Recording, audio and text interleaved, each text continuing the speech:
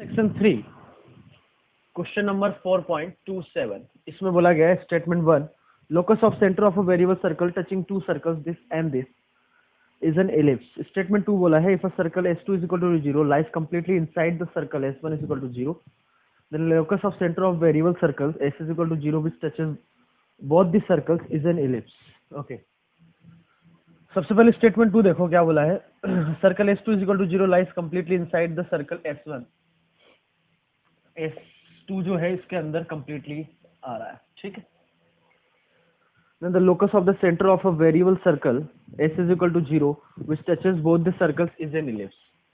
जो दोनों को टच कर रहा है और इसके अंदर आ रहा है, अंदर आएगा तभी होगा ये, ठीक है। तो इसका सेंटर मान लो C1 है और जो S1 है इसका सेंटर मान लो C2 है, ठीक है। इसका सेंटर हमने ले लिया C, तो हमें किसका लोकस निकालना है? Locus of the centre of a variable circle, ठीक है। तो S1 आपको गिवन है, मतलब इसकी रेडियस हमने R1 ले ली, S2 गिवन है, इसकी रेडियस R2 हो गई और इसकी रेडियस हमने R ले ली, ठीक है। तो अब यहाँ ध्यान से देखो आप, ये जो सर्कल है इसके अंदर आ रहा है कंप्लीटली और ये जो सर्कल है इसको और इसको टच कर रहा है। तो ये जो सर्कल है वेरिएबल सर्कल S, ये इसको एक्सटर्नली टच कर रहा है। तो C2 के बीच की जो डिस्टेंस होगी वो क्या होगी? इनके दोनों को रेडियस का sum, that is R plus R2। आगे बात समझ में। और ये सर्कल इसके अंदर आ रहा है, तो C2 सॉरी कुछ उल्टा कर दिया हमने, मतलब उल्टा करने का मतलब ये है कि ये सर्कल S1 है तो इसका सेंटर C1 लिया और ये सर्कल S2 है तो इसका सेंटर C2 लिया। तो C2 हाँ ये सही लिखा था हमने, ठीक है। और ये जो सर्कल S है इस सर्कल के अंदर आ रहा है कंप्लीटली। तो मान लो इसका सेंटर C1 है तो C1 किसके बराबर होगा? बाहर वाला जिसकी रेडियस ज्यादा है माइनस इसकी रेडियस, ठीक है। अब दोनों को मैं ऐड करूं तो C1 प्लस C2 किसके बराबर आ जाएगा? R1 प्लस R2 के बराबर। तो जो C है सेंटर, ये क्या हो गया? PS plus PS dash is equal to कुछ कांस्टेंट। तो ये हमेशा आपका इलिप्स होगा ज्योमेट्री के हिसाब से, लाइन सेगमेंट भी नहीं हो सकता क्योंकि जो C1 C2 की जो डिस्टेंस होगी वो R1 प्लस R2 के बराबर नहीं है, ठीक है। तो ये आपका एक इलिप्स रिप्रेजेंट करेगा C पॉइंट और C1 C2 इसके फोकाई होंगे और ये मेजर एक्सिस की लेंथ होगी। आगे बात समझ में। ये स्टेटमेंट 2 हो गया। तो स्टेटमेंट 2 तो आपका करेक्ट है एकदम। क्या ये सही एक्सप्लेनेशन है इसके लिए? मतलब S1 का सही एक्सप्लेनेशन है। तो S1 को देखेंगे, locus of the centre of variable circle touching the circle this. तो जो सर्कल दे रखा है स्टेटमेंट 1 में, सेंटर 1,2 है, उसकी रेडियस कितनी है? 5। दूसरा सर्कल है उसकी सेंटर ये है और रेडियस कितनी है? 4। तो सेंटर्स के बीच की जो डिस्टेंस है C1 C2 वो कितनी हो जाएगी? √2 के बराबर। अब C1 C2 R1 plus R2 कितना है? 9 और R1 माइनस R2 कितना है? 5 माइनस 4 1। तो C1 C2 कितना है? √2। तो √2 जो है 1 से 9 के बीच में है, मतलब सर्कल आपका दोनों सर्कल क्या है? Intersecting. C1 C2 R1 minus R2 के मॉड से बड़ा है और R1 प्लस R2 से छोटा है, मतलब सर्कल्स आपका इंटरसेक्टिंग हुए। तो इंटरसेक्टिंग सर्कल हुए तो ये तो नहीं होगा, मतलब स्टेटमेंट 1 जो है गलत है। स्टेटमेंट 2 सही है। तो कौन सा ऑप्शन हो गया? डी, ठीक है। Now next is 4.28। समझ में आ गया ये वाला पॉइंट? 27 इसमें देखो, if P is the point on the ellipse circle drawn taking AP as diameter touches another circle this where A is minus √5 to 0। Statement 2 circle drawn with focal radius as diameter touches the auxiliary circle. बिल्कुल सही है।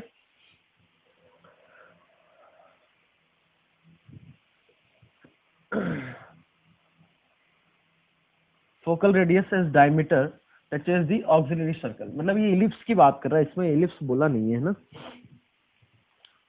With focal radius as diameter of ellipse की बात कर रहा है, तब हम बात कर रहे हैं टचेस द ऑक्सिलरी सर्कल, ठीक है। तो ये आपके फोकाई है, ठीक है। और ये कोई पॉइंट है, इसको डायमीटर मान के एक मैं सर्कल ड्रॉ करूं।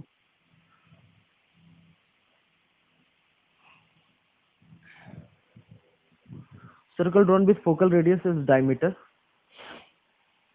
Touches the auxiliary circle. तो ये तो हमारा स्टैंडर्ड रिजल्ट ही है ना। इसको मैं डायमीटर मान के एक सर्कल ड्रॉ करूं मैं, ठीक है। तो डायग्राम वैसे ढंग से बन नहीं रहा है, कुछ ऐसा बनाते हैं थोड़ा। ये इसका मान लो फोकाई है, तो इसको डायमीटर मान के आप सर्कल ड्रॉ करोगे तो वो ऑक्सिलरी सर्कल को टच करता है। ये तो आपका स्टैंडर्ड रिजल्ट है। अब स्टेटमेंट 1 देखो, इसमें पॉइंट बोला है, is the point on the ellipse circle drawn taking AP as diameter. A point है -√5,0 touches the another circle x square plus y square is equal to 9। तो स्टेटमेंट 1 में जो सर्कल बोला है, एलिप्स बोला है, वो ये है आपका standard x square by 9 plus y square by 4 is equal to 1। इसके लिए ऑक्सिलरी सर्कल की equation x square plus y square is equal to 9, और इसके लिए इसेंट्रिसिटी कितनी होगी 4/5 ठीक है। तो जो फोकाई है वो हो गया √5,0 और -√5,0। तो ए जो है वो एक इसका फोकाई है और पॉइंट पी इस पर कहीं आ रहा है, तो इसको मैं डायमीटर मान के एक सर्कल ड्रॉ करूंगा तो वो ऑक्सिलरी सर्कल को टच करेगा। यही वाला जो स्टेटमेंट 2 है, जो हमारा स्टैंडर्ड रिजल्ट होता है, या इसको प्रॉपर्टी की तरह हम पढ़ते हैं, याद रखना होता है यार, है ना ये, ठीक है। तो स्टेटमेंट 2 सही है, स्टेटमेंट 1 भी सही है, और स्टेटमेंट 2 जो है स्टेटमेंट 1 का करेक्ट एक्सप्लेनेशन है। तो कौन सा आंसर हो गया ए, ठीक है। Now next 29, feet of perpendiculars drawn from foci of the ellipse on the line this lies on the circle x square plus y square is equal to 16. If perpendicular drawn from foci of an ellipse to its any tangent, then feet of this perpendiculars lie on director circle of the ellipse. ठीक, 29,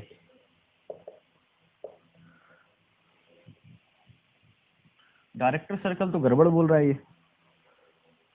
है ना। Statement 2 पहले देख लेते हैं। Perpendicular drawn from foci of an ellipse to its any tangent, कोई भी एक टेंजेंट ड्रॉ कर लिया हमने, इसके फोकाई है, तो यहां से जो फुट ऑफ परपेंडिकुलर्स होंगे, ठीक है, then feet of this perpendiculars lie on director circle. Director circle पे नहीं आते, किस पे आते हैं ये, ऑक्सिलरी सर्कल पे, ऑक्सिलरी सर्कल पे आते हैं। तो स्टेटमेंट 2 आपका गलत हो गया। स्टेटमेंट 1 देखो, feet of perpendiculars drawn from foci of an ellipse this to the line, अच्छा जो इलिप्स है स्टेटमेंट 1 में वो है x square by 4 plus y square by 16 is equal to 1। यहाँ पर जो इलिप्स है वो आपका वर्टिकल इलिप्स है, ठीक है, क्योंकि ये ज्यादा है ना, तो इलिप्स जो है आपका वर्टिकल इलिप्स है, ठीक है।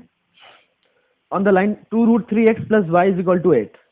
अब यहाँ पर हम क्या करें, जो इलिप्स की इक्वेशन है 4x स्क्वायर प्लस वाई की जगह हमने जो लाइन की इक्वेशन है वो उठा के रख दिया। हम ये चेक कर रहे हैं कि ये टेंजेंट है या नहीं है, इज इक्वल टू 16।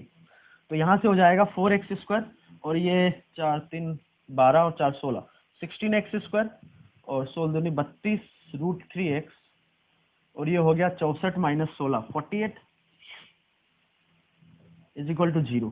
यहाँ से 16 कॉमन लिया तो ये हो गया 2√3x plus 3 is equal to 0। तो ये x माइनस √3 का होल स्क्वायर लिखा है, मतलब परफेक्ट इसका डिस्क्रिमिनेंट कितना आ रहा है 0।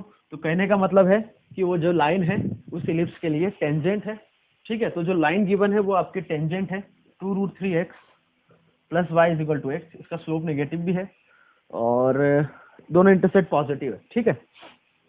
तो इसके फोकाई से आप फुट ऑफ परपेंडिकुलर डालोगे तो इसके जो ऑक्सिलरी सर्कल पे आएंगे पॉइंट्स, तो इसका ऑक्सिलरी सर्कल हो जाएगा x square plus y square is equal to 16। तो बिल्कुल सही है। तो स्टेटमेंट 1 सही है, स्टेटमेंट 2 गलत है। यहाँ डायरेक्टर सर्कल की जगह ऑक्सिलरी सर्कल होता है तो स्टेटमेंट 2 भी सही हो जाता और करेक्ट एक्सप्लेनेशन होता, बट यहाँ डायरेक्टर सर्कल दे रखा है। तो statement 2 is false, statement 1 is true. तो कौन सा ऑप्शन हो गया, सी।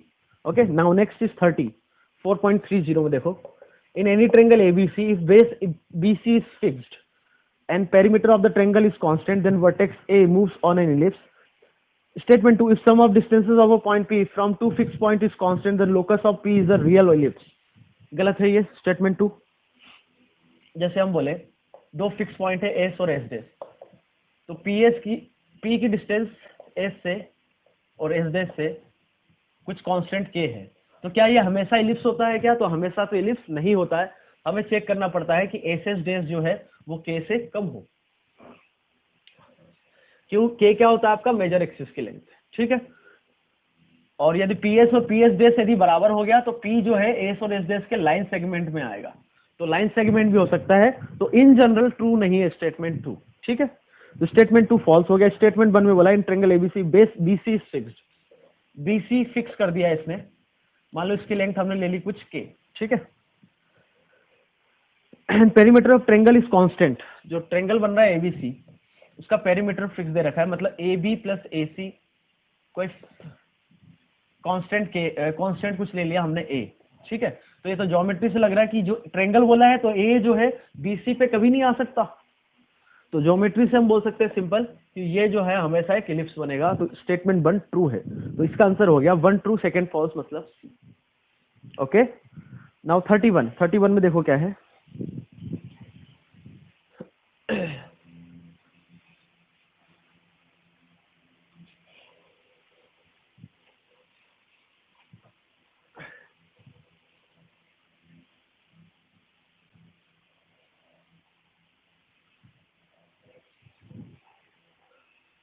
4.31 में देखो क्या है।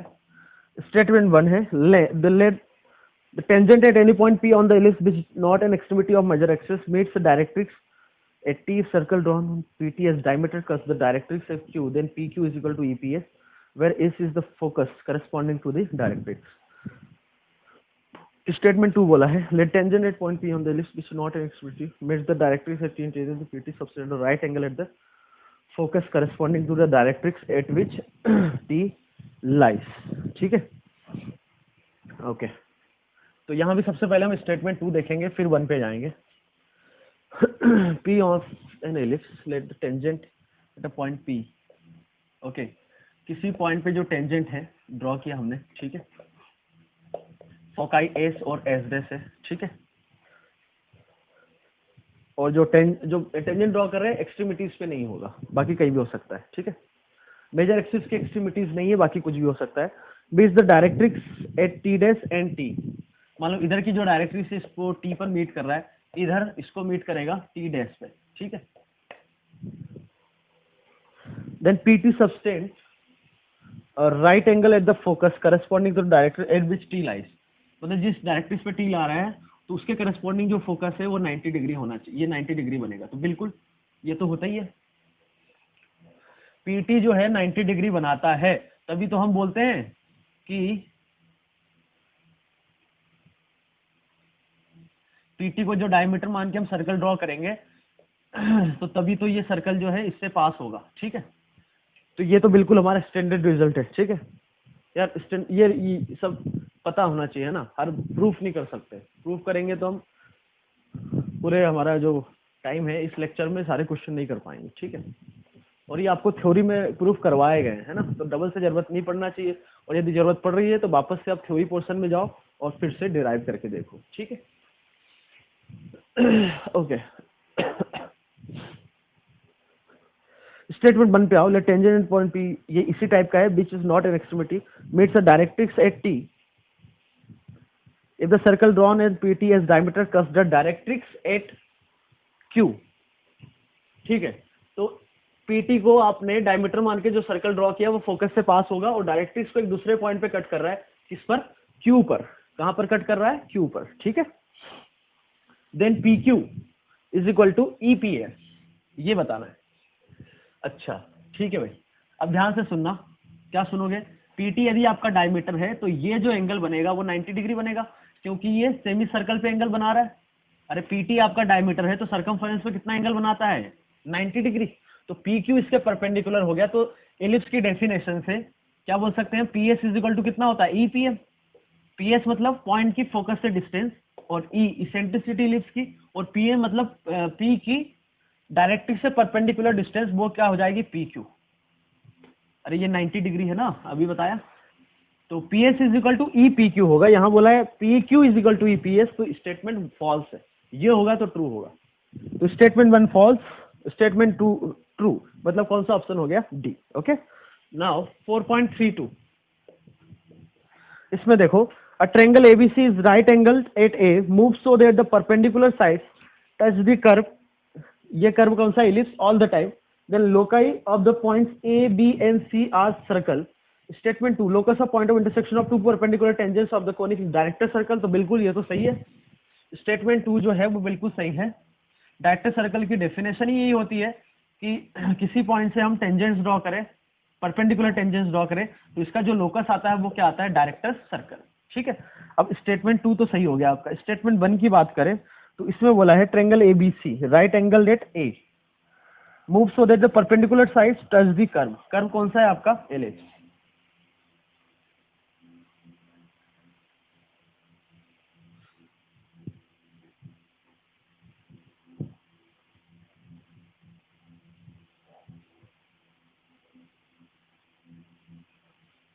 ये मान लो 90 डिग्री है, लग नहीं रहा है पर है, ठीक है, ये ए है। अब बीसी तो कहीं भी हो सकता है, तो ये बोल रहा है कि जो बन रहा है आपका ट्रेंगल, वो एक जो ए बी सी है ये एक सर्कल पे आएंगे, तो ये तो गलत है। इससे हम बोल सकते हैं कि ए जो है वो डायरेक्टर सर्कल पे आएगा, बट जरूरी नहीं है कि बी और सी पॉइंट इस पर आ जाए, ये हमेशा जरूरी नहीं है। हाँ, ट्रेंगल आपका ऐसा बनेगा तो बी सी उस पर आ जाएंगे, बट इन जनरल हम बिल्कुल नहीं बोल सकते। बी सी आपका ये भी हो सकता है, ये भी हो सकता है, ये भी हो सकता है, और इधर भी हो सकता है।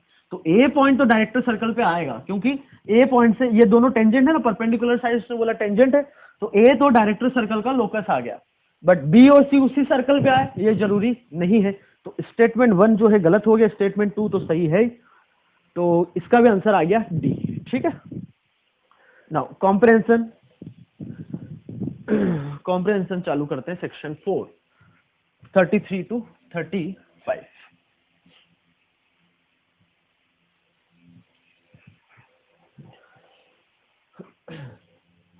Comprehension 1 question number 33 to 35। Okay, इसमें बोला है ellipse E has the centres 1,3, focus 6,3 and passing through the point 4,7, then the 33। Okay, ठीक है, ठीक है।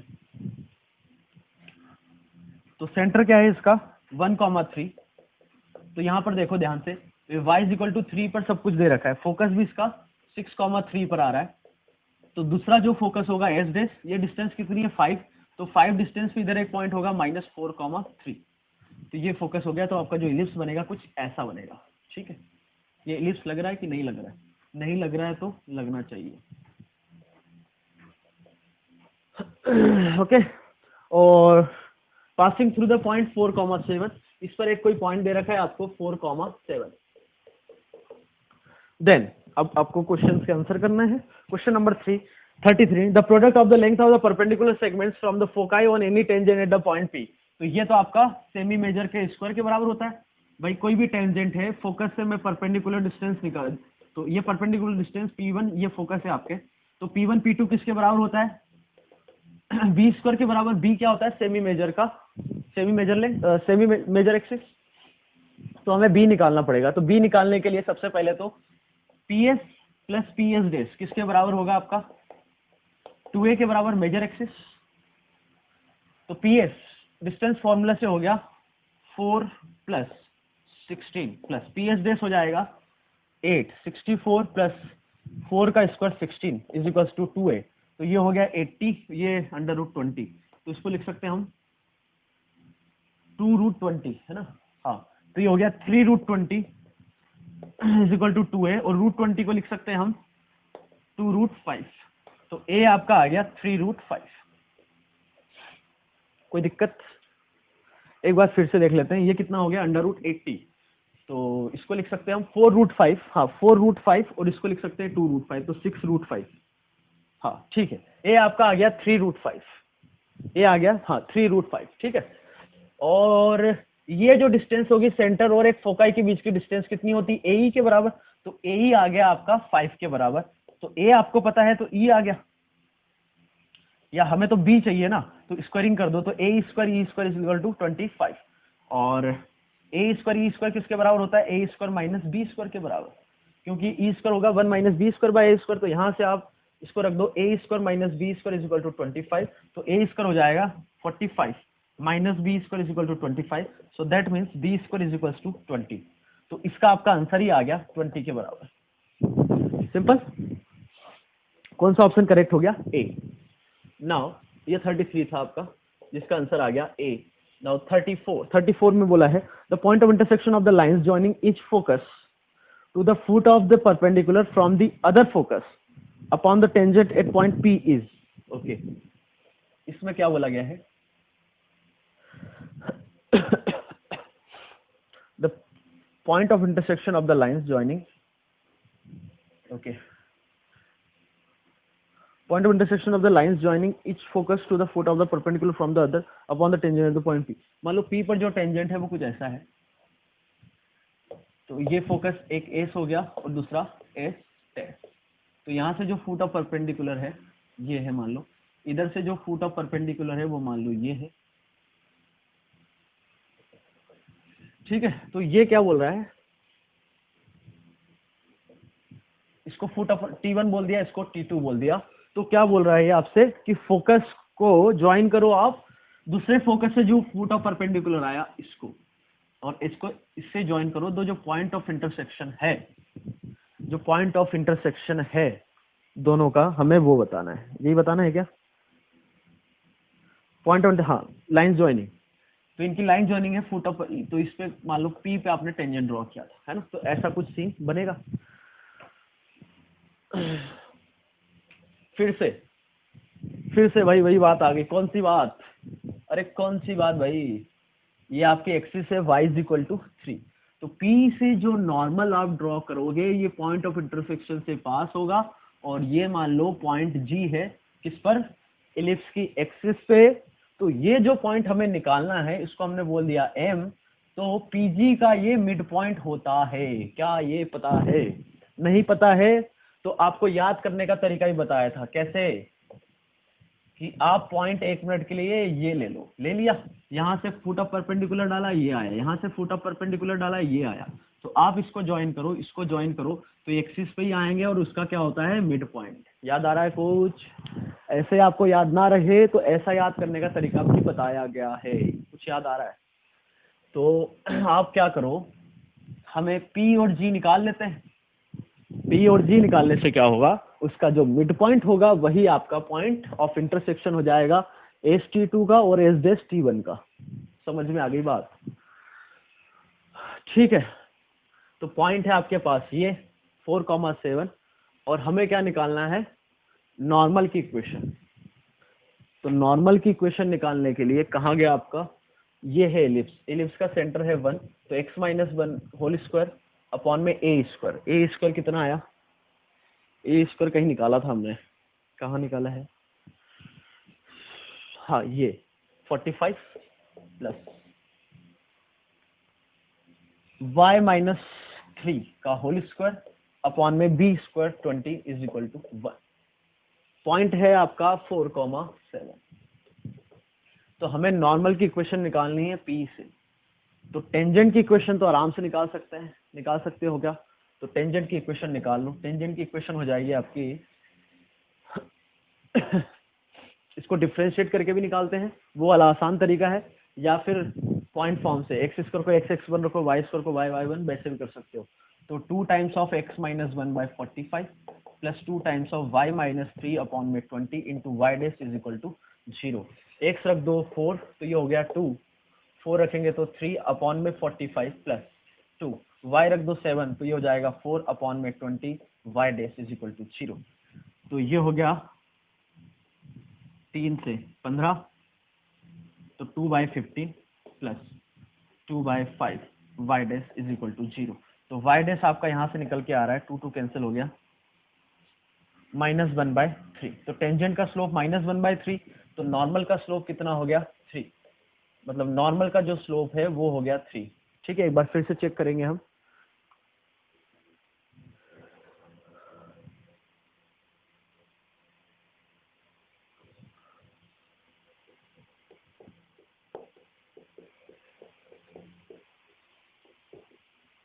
हाँ -1/3 आ रहा है, तो नॉर्मल का स्लोप हो जाएगा 3, तो नॉर्मल की इक्वेशन आ गई आपकी y minus 7 slope 3 x minus 4। ठीक है, तो P पॉइंट पता है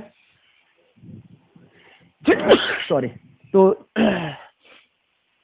P पॉइंट पता है, हमें G निकालना है, तो G निकालने के लिए y कितना रखोगे आप 3, तो ये हो गया -4 is equal to 3x minus 12, तो ये हो गया x हो गया 8/3, तो G पॉइंट आपको आ गया, क्या आ गया 8/3, 3।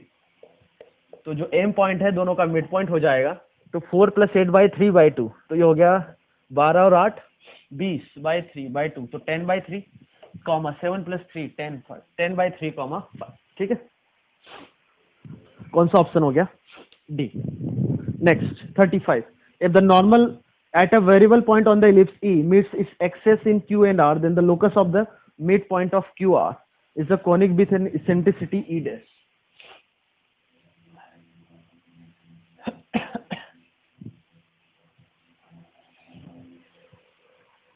35 कर रहे हैं ना,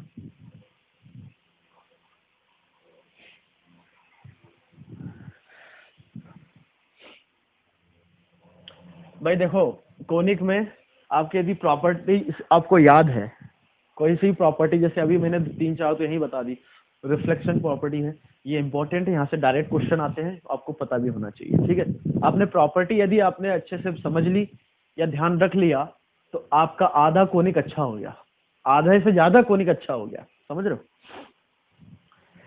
35, if the normal at a variable point on the ellipse E, ellipse ये सेम दे रखा है यार, इसके लिए सब कुछ निकाला था हमने, हटा दिया है ना, कुछ कुछ याद है, ठीक है। If the normal at a variable point on the ellipse meets its axis in Q and R, then the locus of the midpoint of QR is a conic with an eccentricity E dash. Then, तो भाई ये भी simple question है, कैसे इसको आप पहले तो ये भी एक प्रॉपर्टी है, नहीं याद हो तो इसको तो मैं डिराइव कर दूंगा, नहीं तो आप बोलोगे सारी तो स्टैंडर्ड है और हमें याद कुछ नहीं है, इसलिए एक बता देता हूँ। If the normal at a variable point P, इस पर जो नॉर्मल ड्रॉ कर रहे हो आप, वो इनको एक्सिस पे Q और R पे कट कर रहा है, सही है। Then the locus of the mid point of QR is a conic, ठीक है, तो इनका मिड पॉइंट का लोकस चाहिए, ठीक है।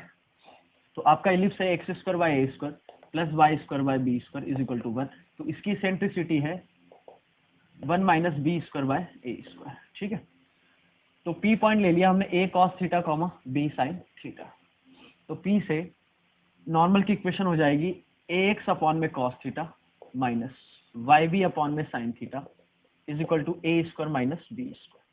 तो Q पॉइंट जो हो, y को 0 रख दो आप, तो x हो जाएगा a square minus b square upon में a cos थीटा, और r पॉइंट हो जाएगा, x को 0 रख दो तो y हो जाएगा a square minus b upon में माइनस b, या माइनस यहाँ ले लो, इंटू साइन थीटा। इसका मिड पॉइंट का लोकस चाहिए, तो उसको h कॉमा k ले लिया, तो 2h हो जाएगा आपका a square minus b square by a cos theta के बराबर, 2k हो जाएगा a square minus b square upon में b साइन थीटा, ठीक है। a को इधर ले गए, अच्छा माइनस टाइम से, और b को भी इधर ले गए। अब दोनों को स्क्वायर करके ऐड करेंगे तो cos square theta plus sine square theta 1, तो लोकस आते हुए दिख रहा है, तो ये हो गया 4a square h square plus 4b square k square is equal to, इधर हो जाएगा a square minus b square का whole square cos square theta plus sine square theta 1, तो h स्क्वायर आ गया आपका a square minus b square का whole square divided by 4a square plus k square हो गया a square minus b square का whole square upon में 4b square. ये जो इलिप्स लिया हमने a ग्रेटर देन b मान के चल रहा है, ठीक है। तो इसमें बड़ा कौन सा होगा, ये बड़ा होगा या फिर ये बड़ा होगा, ये बड़ा होगा क्योंकि b छोटा है a से, तो डिनोमिनेटर में जितना छोटा उतनी वैल्यू ज्यादा, तो ये बड़ा आ गया, तो इसकी सेंट्रिसिटी मान लो ई डैश है, तो वो क्या होगी 1 माइनस ये कहानी सेमी मेजर और सेमी माइनर अपॉन में सेमी मेजर का स्क्वायर, तो यहां से आ गया ये 1 minus B square by A square के ही बराबर आ गया। तो इसकी सेंट्रिसिटी निकालो या जो ओरिजिनल कर्व था उसकी सेंट्रिसिटी निकालो, एक ही बात है। तो उसमें हमने हमारा ए जो था, ए स्क्वायर जो था वो 45 था और बी स्क्वायर 20 था, तो इसकी सेंट्रिसिटी का स्क्वायर क्या हो गया 1 माइनस 20 बाय 45, तो ये हो गया 9, तो अंडर रूट 5/3, तो इसकी जो सेंट्रिसिटी है वही इसकी सेंट्रिसिटी होगी, आप देख सकते हो। तो उस कर्व की सेंट्रिसिटी √5/3, तो इसकी भी सेंट्रिसिटी यही होगी, समझ में आ गया। नाउ कॉम्प्रिहेंशन 2, ये प्रॉपर्टी है, याद रखना, आगे से नहीं हो तो अब तो बता ही दिया है। कॉम्प्रिहेंशन 2, और कभी कभी क्वेश्चन में कुछ ऐसा डेरिवेशन किया गया हो तो नहीं बताया गया हो कि ये प्रॉपर्टी है, तो आपको रिजल्ट यदि याद रख सकते हो तो बिल्कुल अच्छा है। Question number 2, consider an ellipse centered at origin and having AB and CD as its major and minor axis respectively. If S1 be one of the foci of the ellipse, radius of incircle of triangle OCS1 be 1 units and OS1 is equal to 6 units, then the area of the ellipse, perimeter of OCS, S is the director circle of ellipse A, there the equation of the director circle of S is, okay।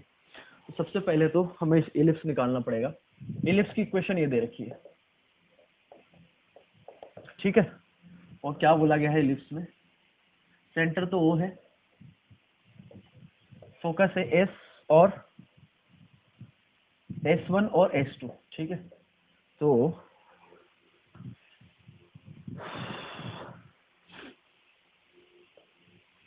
इसको बोला गया है, major के and को बोला गया है AB और इसके एंड को बोला गया है C और D, ठीक है।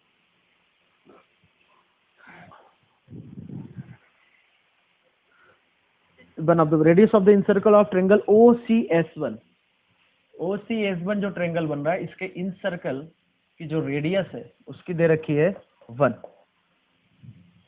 OS1 जो है आपका कितना है 6, ठीक है। यहां से यहां तक की डिस्टेंस कितनी है 6, ओके,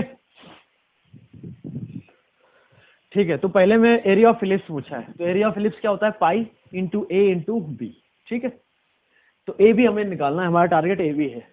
सबसे पहले तो OS1 ये कितना होगा AE के बराबर, तो AE आपको गिवन है कितना है वो 6 के बराबर, ठीक है। AE कितना है 6 और इसका इन रेडियस दे रखा है R, तो इन रेडियस कितना होता है डेल्टा बाय एस के बराबर। इन रेडियस 1 दे रखा है तो डेल्टा और एस दोनों बराबर है, ठीक है। तो OS1 तो पता है, OC हमें पता है क्या, OC किसके बराबर है B के बराबर।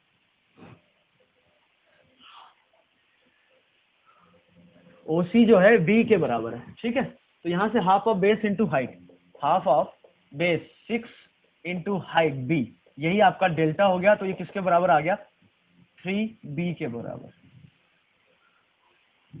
3B के बराबर आ गया, ठीक है। और हमें क्या चाहिए होगा सेमी पेरीमीटर। तो पेरीमीटर की निकालने के लिए ये हमें पता है, ये हमें पता है, तो ये निकालना है। तो ये जो है B और 6 के टर्म में ही आ जाएगा। तो सेमी पेरीमीटर हो जाएगा हाफ ऑफ इसका सम इसका सम इसका सम, तो 6 प्लस B प्लस पाइथागोरस से 36 plus B square is equals to किसके बराबर हो जाएगा ये सेमी पेरीमीटर में ट्रायंगल OCS का, वही एरिया के बराबर। एरिया कितना है 3B, तो ये हो गया 6 plus B plus under root 36 plus B square is equal to 6B। तो ये कहानी हो गई 36 plus B square is equal to कितना हो गया बताओ, 5B माइनस 6, स्क्वायरिंग कर दो तो 36 plus B square is equal to 25B square plus 36 60B। तो ये हो गया 24B square is equal to 60B, एक B कैंसिल हो गया, तो B आपका आ गया 60/24। तो ये जाएगा 12 से, 12 पंजे 60 और 12 दूनी 24, तो B आपका आ गया 5/2। B 5/2 आ गया। तो यहां से ए स्क्वायर कितना होगा 36, ए स्क्वायर को लिख सकते हैं हम ए स्क्वायर माइनस B स्क्वायर, और B स्क्वायर आपको पता है, ये B पता है तो B स्क्वायर पता है, तो ये हो जाएगा 36 प्लस B स्क्वायर 25/4, तो 72, ये हो जाएगा 144, तो ये हो जाएगा 25, 144 प्लस 25 169/4, तो A आ गया 13/2।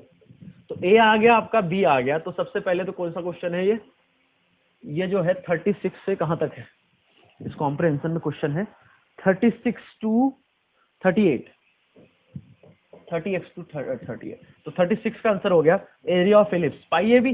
तो A आपको पता है 13/2, B है 5/2, तो ये हो गया 65π/4, 65π/4, ठीक है। Now perimeter of triangle OCS, OCS का पेरीमीटर ये है, अरे यही तो निकाला था हमने सेमी पेरीमीटर, सॉरी ये तो सेमी पेरीमीटर है, हमें क्या निकालना है पेरीमीटर ऑफ ट्रायंगल OCS। तो 37 में पेरीमीटर निकालना है, तो 6 प्लस B इसका सम और ये 6 plus B plus under root 36 plus B square, B की वैल्यू हमें पता है, तो हो गया 6 plus 5/2 plus 36 plus B square 25/4, और ये वैल्यू तो अभी निकाली हमने, कितना हो गया ये 5/2 प्लस ये वैल्यू कितनी निकाली 13/2, तो ये हो गया 18 9 6 15 50, ठीक है। नाउ 37 में क्या है, ये तो 37 ही था। नाउ 38 में है S is the director circle of the ellipse E of ellipse E, there the equation, अरे यार क्या बोल दिया इसने, there the equation S is the director circle of ellipse, then the equation of the director circle of S. तो simply ये तो हो जाएगा एक्स स्क्वायर, सेंटर तो ओरिजिन है ही, x square plus y square is equal to a square plus b square. ए की value उठा के यहाँ रख दो और बी की वैल्यू उठा के यहाँ रख दो, ठीक है। Next comprehension 3। कॉम्प्रहेंशन 3 में क्या क्या बोला है देखो। सेकेंड डिग्री इक्वेशन इलिप्स कब रिप्रेजेंट करेगी, जब डेल्टा नॉन जीरो हो और H square minus A B negative हो या H square less than A B हो, ठीक है। तो ये तो कॉम्प्रहेंशन हो गया जो हम ऑलरेडी जानते हैं ये चीजें तो, ठीक है। Intersection of major axis and minor axis give the centre, कोई नई बात नहीं है, ये कोई नई बात नहीं है हमारे लिए। जिनके लिए नई बात है होनी नहीं चाहिए, अब है तो कुछ कर भी नहीं सकते पर होना नहीं चाहिए, ठीक है ना। कॉम्प्रहेंशन 3 इसमें देखो क्या है। There are exactly n integral values of lambda for which the equation this represents an ellipse, then n must be, okay, ellipse की इक्वेशन है x square plus y square plus lambda x y minus 1 is equal to 0। तो यदि ये ellipse represent कर रहा है तो H square minus A B, H square कितना हो गया, लैम्डा बाय 2 का whole square minus 1 into 1 should be negative. तो यहाँ से आ गया लैम्डा स्क्वायर लेस देन 4, एक तो ये कंडीशन हो गई।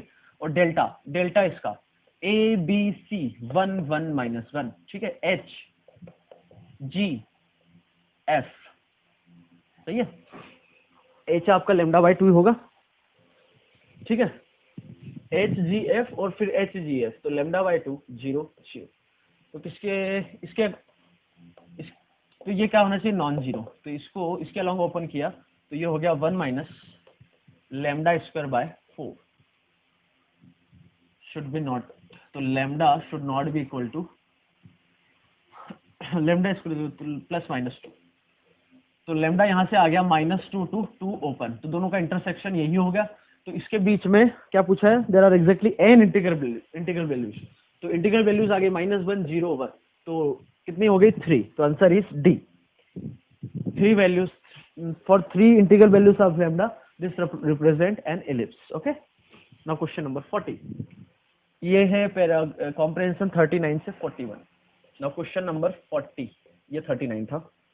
Length of the longest chord of the ellipse this x square plus y square plus x y equal to 1। Longest chord of the ellipse क्या होता है, मेजर एक्सिस। कुछ नया तो नहीं बताया ना, ये आपका इलिप्स है तो लॉन्गेस्ट कॉर्ड कौन सी होती है, ये मेजर एक्सिस 2a के बराबर, ठीक है। अच्छा, तो इलिप्स क्या बोला है, लैम्डा कितना लिया इसने, x square plus y square. तो ये इलिप्स रिप्रेजेंट कर रहा है कि, तो बिल्कुल रिप्रेजेंट कर रहा है, क्योंकि इस क्वेश्चन इसमें लैम्डा की जगह क्या रख दिया 1, तो 1 के लिए तो इलिप्स है ये, ठीक है। तो length of the longest chord, और 41 में क्या बोला, length of the chord perpendicular to longest chord as in above question and passing through the centre of the ellipse. अरे ये बेवकूफ बना रहा है यार, लॉन्गेस्ट कॉर्ड के परपेंडिकुलर सेंटर से पास हो, मतलब माइनर एक्सिस की लेंथ पूछ रहा है।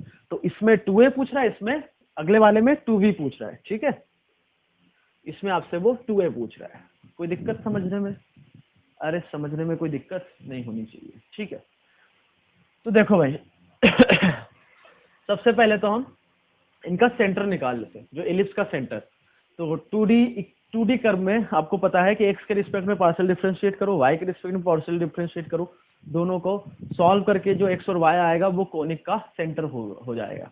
तो इसको x के रिस्पेक्ट में डिफरेंशिएट किया तो ये हो गया 2x, y को कांस्टेंट माना तो plus y is equal to 0, ये हो जाएगा 2y plus x is equal to 0। तो इन दोनों को सॉल्व किया तो x को रखा मैंने -2y, तो y और x दोनों 0 आ गया, मतलब ओरिजिन आपका पॉइंट ऑफ इंटरसेक्शन आ गया।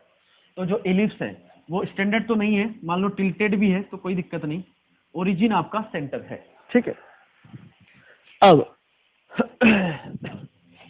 मैं इस पर कोई भी एक पॉइंट लूं, तो मान लो O से P की डिस्टेंस कुछ हमने ले ली, पैरामीटर में जाएंगे भाई क्योंकि डिस्टेंस की बात कर रहा है। हमें क्या करना है, OP मैक्सिमम करना है, मतलब मैक्सिमम कॉर्ड के लिए मैक्सिमम कब होगा, जब P आपका मूव होके यहाँ पर आ जाए, ठीक है।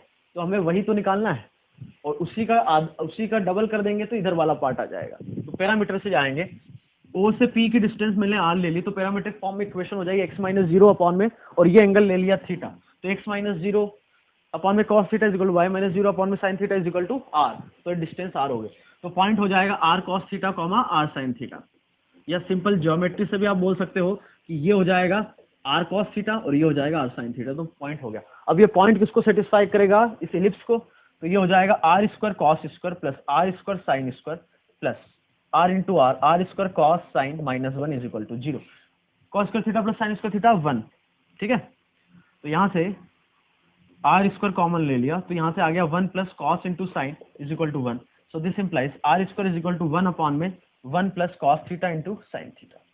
अब इसको मिनिमम मैक्सिमम करना है, तो ट्रिग्नोमेट्री में हम रटा हुआ है हमें ये तो, कि नहीं है, रटा होना चाहिए।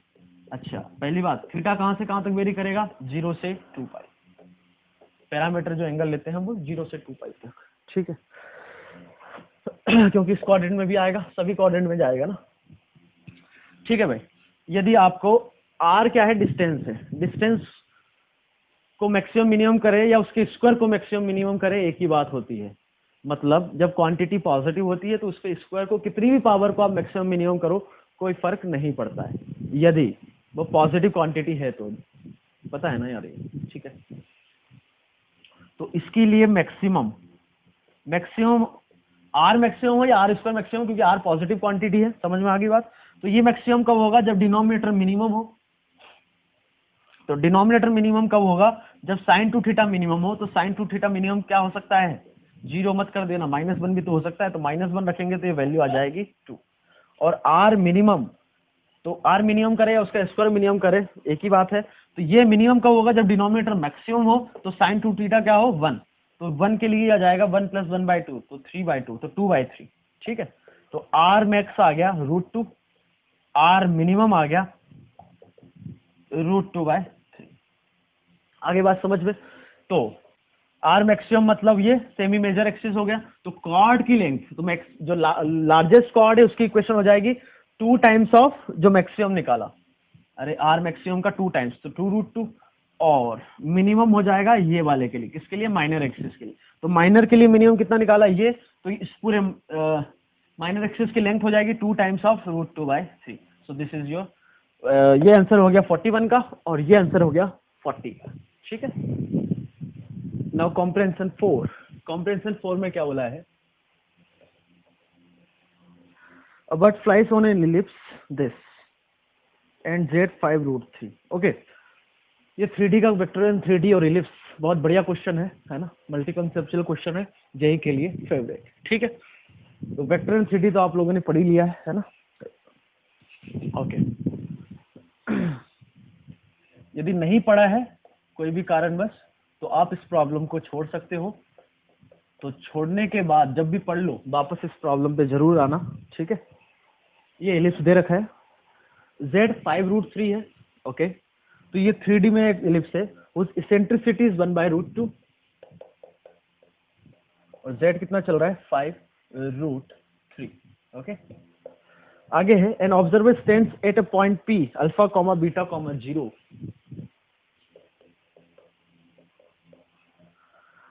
where maximum minimum angle of elevation of the bird are 60 degree and 30 degree when bird is at Q and R respectively, okay।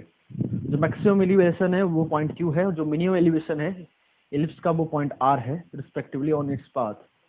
And Q dash and R dash projection of Q and R on the XY plane, P dash Q dash R dash are collinear and the distance between Q dash and R dash is maximum, okay. यदि projection है तो Q dash R dash maximum, इसका मतलब Q और R maximum length पे। Let theta with the angle elevation of the bird when it is at the point on the arc of the ellipse exactly midway between Q and R, it is given that a alpha square plus b beta square minus 1 is positive। मतलब जो ellipse की इक्वेशन है उसमें alpha comma beta में रखूं, एक minute के लिए समझना। इलिप्स की जो इक्वेशन थी वो क्या थी, ax square plus by square minus 1 is equal to 0। तो इसमें मैं अल्फा कॉमा बीटा रखूं एक मिनट के लिए, ये पॉइंट कोई रखा, तो ये इसके लिए क्या बोला गया है, पी अल्फा कॉमा बीटा रखने पे पॉजिटिव आ रहा है। मतलब ये पॉइंट जो है इलिप्स के बाहर है, XY प्लेन पे, ठीक है, ओके। ठीक है भाई, तो हम, ओके,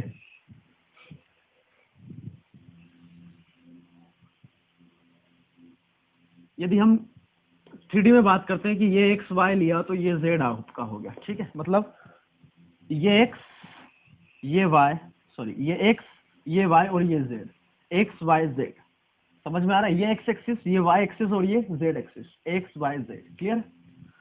अब हमारा जो इलिप्स दे रखा है ये हम जानते हैं कि इलिप्स है किस प्लेन में है, एक्स और वाई प्लेन में। तो इसको हम कुछ ऐसा बनाएंगे, एक्स वाई और जेड, एक्स वाई में आपका इलिप्स है और जेड आपका ये है, ठीक है। तो ये आपका जेड एक्सिस हो गया, ध्यान से सुनिएगा सॉरी, ये आपका एक्स एक्सिस हो गया, ठीक है। और डॉटेड पोर्शन मतलब ये वाई एक्सिस हो गया, ठीक है। बात समझ में आ गई? वाई आपको अंदर की तरफ लेना पड़ेगा तब काम चलेगा, मतलब अंदर की तरफ वाई एक्सिस जा रहा है, ठीक है। क्योंकि आप इसको ऐसे रोटेट करो, एक्स और जेड, अब यदि हम यहाँ लाए तो वाई अंदर की तरफ जाएगा, ठीक है। यहाँ तक क्लियर? कोई समस्या नहीं होनी चाहिए। अब ये जो इलिप्स है z इज इक्वल टू 5√3 पर, z इज इक्वल टू 5√3 पर, वाई एक्सिस समझ रहे हो, ये वाली एक्सिस है, ठीक है, ये वाला है। और इसका जो सेंटर है इलिप्स का वो क्या है, 0,0,5√3। तो ये आपकी एक्स एक्सिस हो गई। और जो इलिप्स बनेगा वो x y plane, x y plane पे यदि हम बनाए तो वो इलिप्स आपका कुछ एक्स और वाई एक्सिस है, तो इलिप्स कुछ आपका ऐसा बनेगा। समझ में आ जाना चाहिए यार क्या क्या हो रहा है, ठीक है। 3D में एग्जैक्टली नहीं बता सकता मैं, मतलब ऐसे समझो कि ये जो है वो एक्स वाई प्लेन है और ये जेड एक्सिस है, ठीक है। तो ये जो है वो इलिप्स है एक्स वाई प्लेन में। अब z इज इक्वल टू कितना है, 5√3, तो इस इलिप्स को 5√3 से उठा दो तो ये वाला इलिप्स आ जाएगा। मतलब ये एक्स वाई प्लेन ये वाला है, समझ में आ रहा है? ये एक्स एक्सिस, ये वाई एक्सिस और ये जेड, समझ में आ रहा है? ये एक्स एक्सिस, ये वाई एक्सिस और ये जेड एक्सिस, तो इस प्लेन में आपका इलिप्स है, उसको 5√3 से उठा दो तो वो इलिप्स कुछ आपका ऐसा बनेगा, ठीक है।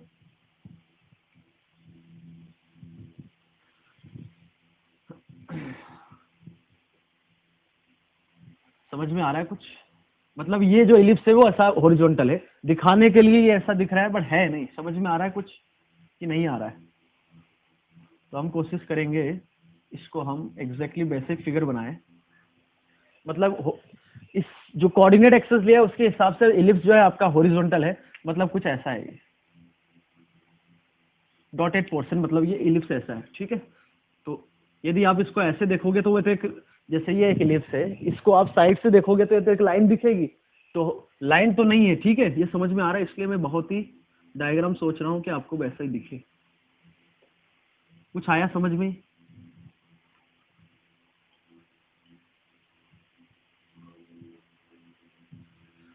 ठीक है, मतलब यहां जो इलिप्स बन रहा था इसको आपने उठा दिया,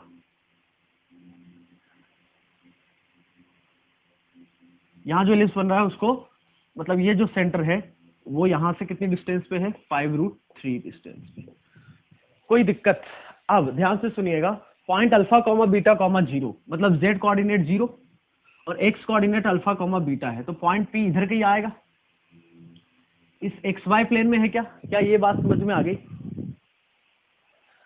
ठीक है, तो वहां से, ठीक है, अरे इतना समझ में आ गया ना, कोई दिक्कत तो नहीं है समझने में। अब पॉइंट P इधर कहीं है, ठीक है, पॉइंट P इधर कहीं है मान लो, ठीक है। अब आगे उसने क्या बोला है, डायग्राम आपको समझ में आ जाना चाहिए, डायग्राम समझ में आ गया तो पूरी कहानी समझ में आ जाएगी, ठीक है। अब देखो, अच्छा b ग्रेटर देन ए दे रखा है इसने, b ग्रेटर देन ए, मतलब कौन सी कहानी बड़ी हो गई, 1/a बड़ा होगा 1/b से, तो जो इलिप्स है वो हॉरिजॉन्टली बनेगा, कोई दिक्कत नहीं है। An observer stand at the point p alpha comma beta comma 0 where minimum angle of elevation of the bird are 60 degree and 30 degree. अच्छा, और ये जो इन्फॉर्मेशन थी अल्फा कॉमा बीटा इसमें सेटिस्फाई करा, तो वो इलिप्स के बाहर आ रहा है एक्स वाई प्लेन में, मतलब जो पॉइंट P है इस इलिप्स की रेंज से बाहर होगा, ठीक है। तो पॉइंट P हमने इधर ले लिया, अंदर भी हो सकता है, इधर भी हो सकता है, कहीं भी हो सकता है, ठीक है। तो अल्फा पॉजिटिव दे रखा है, मतलब पॉजिटिव एक्स एक्सिस पे होगा। जैसे आप देखो 42 क्वेश्चन में, 43 क्वेश्चन में अल्फा आपको पॉजिटिव दे रखा है, ठीक है। नाउ अल्फा को where maximum point P alpha comma beta comma 0, मतलब एक्स वाई प्लेन में पॉइंट है आपका, ठीक है। where maximum minimum angle of elevation of the bird are 60 degree and 30 degree. अच्छा, जो बर्ड है वो इस इलिप्स पे मूव कर रहा है, इस इलिप्स पे ही चल रहा है, ठीक है। तो ऑब्जर्वर कहां पर है, पी पर, तो इसका एलिवेशन मैक्सिमम मिनिमम चाहिए हमें, ठीक है।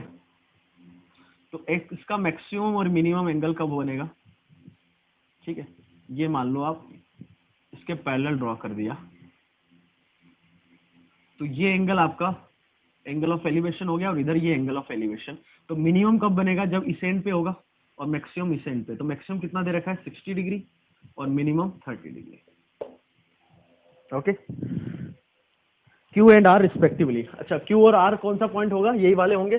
क्यू किसको बोला गया है, मैक्सिमम को क्यू, इसको क्यू बोला गया और इसको आर बोला गया है, क्योंकि इसका जो इमेज लोगे तो ये क्यू डैश हो जाएगा और ये आर डैश हो जाएगा। ये किस पर आएगा, एक्स एक्सिस पे पॉइंट्स आएंगे, ठीक है। और क्यू डैश और आर डैश, अब देखो किस लाइन में, क्यू डैश और R dash projection of Q and R on the x y plane and P Q dash R collinear, P Q dash R collinear.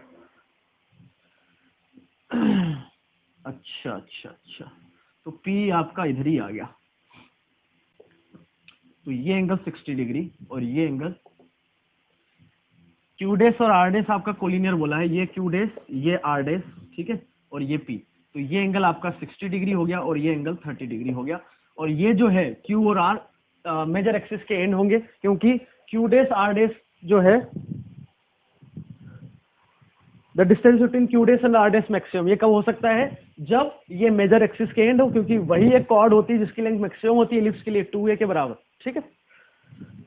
Late theta be the angle of elevation of the bird when it is at the point on the arc of the ellipse exactly midway between Q and R. तो Q and R का midway कौन सा होगा, जैसे मैं ellipse बनाऊं तो ये मेजर एक्सिस के एंड है, तो मिड पॉइंट कौन सा हो जाएगा, ये माइनर एक्सिस का एंड है। समझ में आ रहा है, तो एस आपका इधर है या फिर इधर है, तो हमने एक मिनट के लिए ये मान लिया। अरे समझ में आ रहा है, ये प्लेन ऐसा है तो एस जो है पॉइंट इलिप्स से इधर लिया है, ठीक है। अब थोड़ा तो समझना पड़ेगा, 3D है, ठीक है, इमेजिन करते आना चाहिए। इट इज गिवन दैट, ये तो ठीक है। अब क्वेश्चन नंबर 42 पे आ जाओ। ये तो पूरी कहानी हमने समझ ली। अल्फा इज पॉजिटिव, मतलब पॉइंट जो है पॉजिटिव एक्स एक्सिस पे है, पॉजिटिव एक्स एक्सिस साइड है। Then the equation of the line along which minimum angle of elevation is observe. Minimum angle of elevation मतलब आपको लाइन पी आर की equation पूछा गया है। किसकी इक्वेशन पूछी गई है, पी आर की इक्वेशन। अच्छा, जो P point alpha comma beta comma 0 वो भी एक्स एक्सिस पे ही आ गया, क्यों, क्योंकि आर डैश और क्यू डैश एक्स एक्सिस पे, और उसने बोला है P R dash Q dash collinear points है, तो पी आपका एक्स एक्सिस पे पॉइंट हो गया। कोई दिक्कत, तो हमें पी आर की इक्वेशन चाहिए, तो पी पॉइंट सबसे पहले हम निकालेंगे। पी पॉइंट निकालने से पहले ये 5√3 है, ओके, ये डिस्टेंस 5√3 है, ये 30 डिग्री है, तो tan 30 हो जाएगा आपका आर आर डैश, tan 30 हो जाएगा आर आर डैश अपॉन में P R dash is equal to tan 30 that is 1/√3। तो पी आर डैश आपका हो गया 50, ठीक है। सिमिलरली ये निकाल सकते हैं हम P Q dash, P Q dash क्या हो जाएगा, यहाँ पे tan 60 लगा दो तो क्यू क्यू डैश मतलब 5√3 अपॉन में P Q dash is equal to tan 60 that is √3। तो पी क्यू डैश आपका आ गया, कितना आ गया, 5। तो पी आर डैश कितना हो गया, ये हो गया आपका 15 और ये हो गया 5। तो आर डैश क्यू डैश कितना हो गया, 10, 15 माइनस 5 10, तो आर डैश क्यू डैश आपका हो गया 10 के बराबर। तो इसका मतलब आर और क्यू भी, इनके बीच की डिस्टेंस भी कितनी होगी, 10 के बराबर। कोई दिक्कत, बोलो। तो ये आपका मेजर एक्सिस का लेंथ आ गया 2a, 10 के बराबर, ठीक है। बट हमें उससे मतलब नहीं है, हमें तो मतलब है equation along which minimum angle of elevation is observe, मतलब पी आर निकालना है। तो पी पॉइंट निकाल सकते हैं क्या, तो बिल्कुल निकाल सकते हैं। ये आपका ओरिजिन है, ये डिस्टेंस 10 है, तो ये डिस्टेंस कितनी होगी, 5। तो ये 5 + 5 10, तो ये पॉइंट पी हो गया आपका 10,0,0। कोई समस्या इसमें, ठीक है। अब आर पॉइंट की बात करते हैं। आर पॉइंट आपका हो जाएगा, इसका एक्स कोऑर्डिनेट, जेड कोऑर्डिनेट तो हमें पता है आर का जेड कोऑर्डिनेट क्या है, 5√3, ठीक है। वाई कोऑर्डिनेट और एक्स कोऑर्डिनेट निकालना है। एक्स कोऑर्डिनेट क्या हो जाएगा,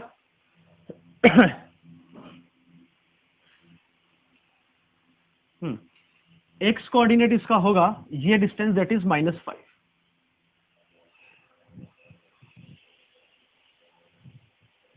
ओके। और y, ये जो है y इस केस में क्या होगा, 0 ही होगा, क्योंकि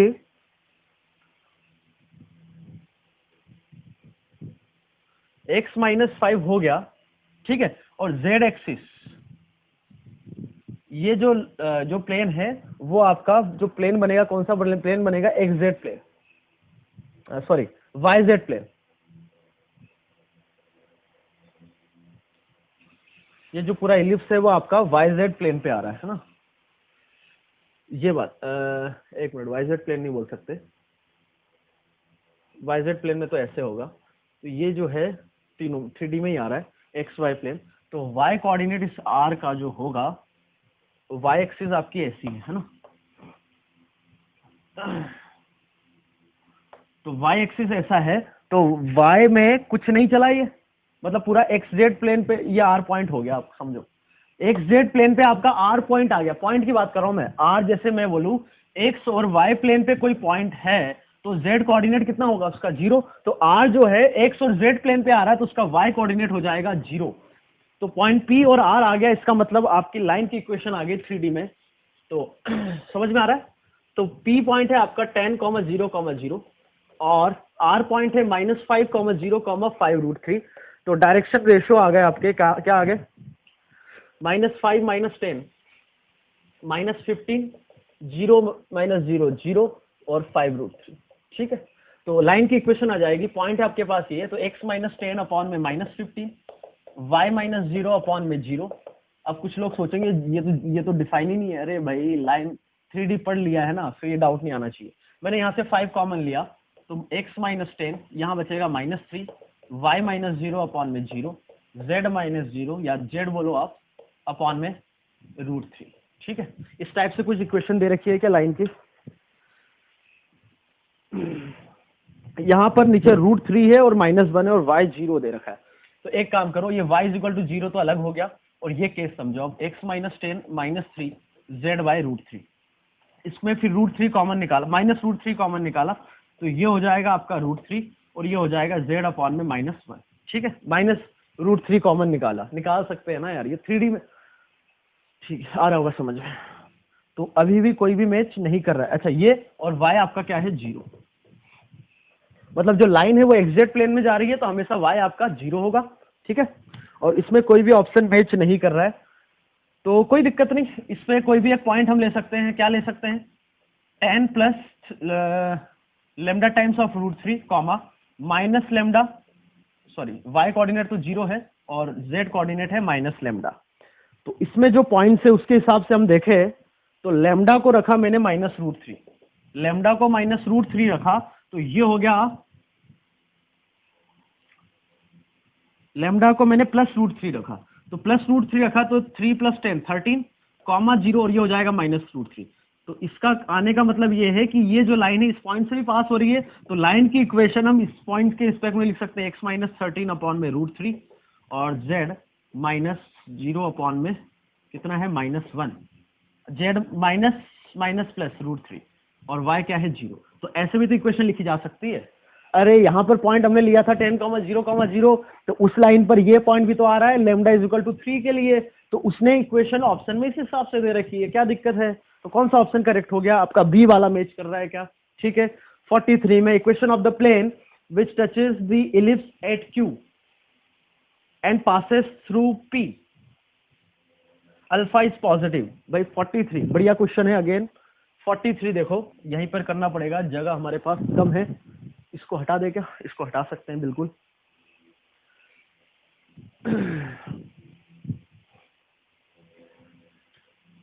समझ में आ गया, बढ़िया क्वेश्चन है भाई, फिर से है ना, मैं टाइम भी लेके समझा रहा हूँ, है ना, दिक्कत नहीं होनी चाहिए।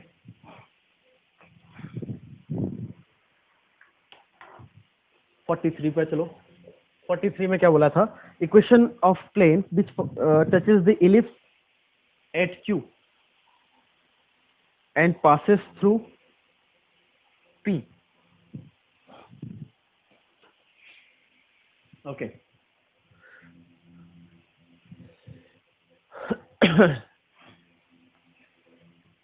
इलिप्स को टच कर रहा है क्यू पर, इलिप्स आपका ऐसा कुछ है और क्यू पर टच कर रहा है। तो ये जो इलिप्स वाला प्लेन है इसकी इक्वेशन हम लिख सकते हैं क्या? सॉरी, लिख सकते हैं। और पी क्यू से पास होने वाला जो प्लेन है उसकी इक्वेशन भी लिख सकते हैं। अरे समझ में आ रहा है कुछ? इलिप्स वाला प्लेन और पी क्यू वाला प्लेन, तो इसके लाइन ऑफ इंटरसेक्शन से पास होने वाला प्लेन चाहिए और जो पी से पास हो रहा है। नहीं, उस प्लेन की जरूरत भी नहीं है, हमें उस प्लेन की जरूरत भी नहीं है, उस प्लेन की जरूरत भी नहीं है। मैं इलिप्स वाला प्लेन लिख दूं, इलिप्स वाला प्लेन मान लो ऐसा है, और ये प्लेन लिख सकते हैं क्या इस प्लेन की इक्वेशन? तो इस प्लेन की इक्वेशन लिखने के लिए हमें पता है, इस प्लेन की यदि इक्वेशन मैंने लिख दी, समझना, थोड़ा डायग्राम से कोशिश कर रहा हूं कि समझ में आ जाए। तो इनके, तो इस पॉइंट, तो जो लाइन ऑफ इंटरसेक्शन आएगी, समझना, ये एक प्लेन ये है और दूसरा प्लेन ये है। समझ में आ रहा है? नहीं आ रहा? नहीं आ रहा तो फिर से समझो। जैसे इलिप्स वाला प्लेन आपका ये है और ये एक वर्टिकल प्लेन हो गया। समझ में आ रहा है? कौन सा? क्यू क्यू डैश से पास होने वाला ये प्लेन। तो इन दोनों प्लेन के पॉइंट ऑफ इंटरसेक्शन से, लाइन ऑफ इंटरसेक्शन से एक प्लेन पास हो रहा है, क्योंकि इसने बोला है ना कि इलिप्स को टच कर रहा है, मतलब इस प्लेन को क्यू पॉइंट पे टच कर रहा है और क्यू पॉइंट से पास होने वाला एक प्लेन, हमें ये पता है। तो फैमिली ऑफ प्लेन से वो वाले सारे इलिप्स की, वो वाले सारे प्लेन्स की इक्वेशन लिख सकता हूं जो इलिप्स को टच करते हुए जाएंगे। और ये जो प्लेन है वर्टिकल, इसके मतलब ये प्लेन इलिप्स वाला और वर्टिकल जो प्लेन है, इनके लाइन ऑफ इंटरसेक्शन से जो प्लेन पास होगा। क्या ये बात समझ में आ गई? तो सबसे पहले तो क्यू क्यू डैश प्लेन की जो इक्वेशन हो जाएगी, ये हो जाएगी आपकी, ये डिस्टेंस कितनी है? 5। तो x इज इक्वल टू 5, तो आपका ये प्लेन हो गया। x minus 5 is equal to 0। कौन सा प्लेन हो गया? ये वाला। अब बोलोगे ये तो लाइन है। अरे भाई 3D में ये प्लेन है ना? ये समझ में नहीं आता है ना, तो आप छोड़ सकते हो इस क्वेश्चन को। और मैं तो बोलूं, ज्यादा नहीं बोलता मैं, ठीक है? समझ में आ रहा है? तो ये जो प्लेन है आपका आर्क, ये जो इलिप्स जिसमें प्लेन आ रहा है, ये जो है इसका नॉर्मल वेक्टर क्या है? के कैप। इसका नॉर्मल वेक्टर जो है प्लेन का, वो है आपका 0, 0, 1। इसका एक नॉर्मल वेक्टर। तो इस प्लेन की इक्वेशन हो गई 0 x माइनस, किस पॉइंट से पास हो रहा है ये? x plus 5 plus 0। अरे ये इसके डायरेक्शन को साइन से, किसके? नॉर्मल वेक्टर के। तो 0 y minus 0 plus 1 y minus 5√3 is equal to 0। तो ये जो प्लेन है वो आ गया 5√3। मतलब जो आपका इलिप्स आ रहा है वो प्लेन है y इज इक्वल टू 5√3। ठीक है? तो हमें जो प्लेन चाहिए वो इस पर टेंजेंट हो और इससे पॉइंट, मतलब ये जो प्लेन है और ये जो प्लेन है, इसके लाइन ऑफ इंटरसेक्शन से पास होने वाला प्लेन चाहिए। तो वो सिंपली हो जाएगा y minus 5√3 P1 plus lambda P2। याद आ रहा है? फैमिली ऑफ प्लेन, मतलब दो प्लेन है, उनके लाइन ऑफ इंटरसेक्शन से पास होने वाला कोई भी प्लेन चाहिए तो वो लिख सकते हैं P1 प्लस लेमडा P2। अब जो प्लेन निकालना है वो कहां से पास हो रहा है? 10, 0, 0, तो इसको सेटिस्फाई करेगा। तो ये हो गया माइनस 5√3 प्लस लेमडा, 10 रखेंगे तो 5 इज इक्वल टू 0। तो लेमडा आपका आ गया निकल के √3। तो प्लेन आ गया 5 प्लस √3 x और √3 माइनस 5√3 माइनस 10√3, तो इधर आ गया 10√3। या आप ऐसे बोलो कि ये तो एक्स वाई प्लेन में एक लाइन है, ठीक है? तो कौन सा ऑप्शन करेक्ट हो गया? y प्लस √3x कहाँ है? माइनस 10√3, ऑप्शन डी, 43 का डी ऑप्शन। ठीक है?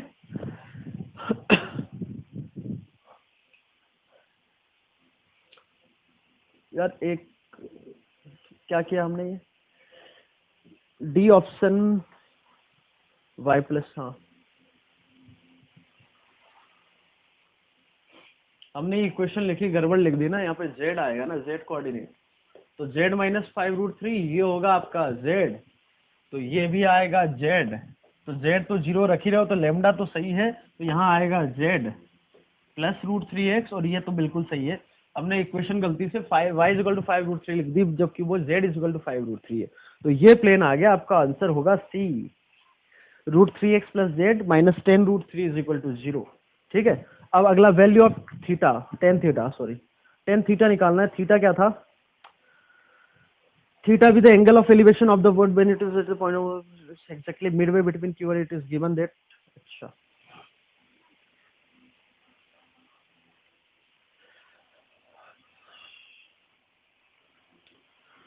इस पर है ये, ठीक है। तो P जो है यहाँ जो एंगल बना रहा है, आप समझो कि पॉइंट P जो है, इसको हटाते हैं एक मिनट, तब समझ में आएगा ये क्या हो रहा है। 44 में देखो क्या बोला गया है कि इलिप्स आपका हॉरिजॉन्टल है, ठीक है, ये ऐसा हॉरिजॉन्टल इलिप्स है, समझना, ठीक है। और जो इलिप्स बनेगा आप इसको ऐसे समझो, ये आपका एक्स एक्सिस लिया, वाई एक्सिस ऐसे चल रहा है और जेड एक्सिस ये है, ठीक है।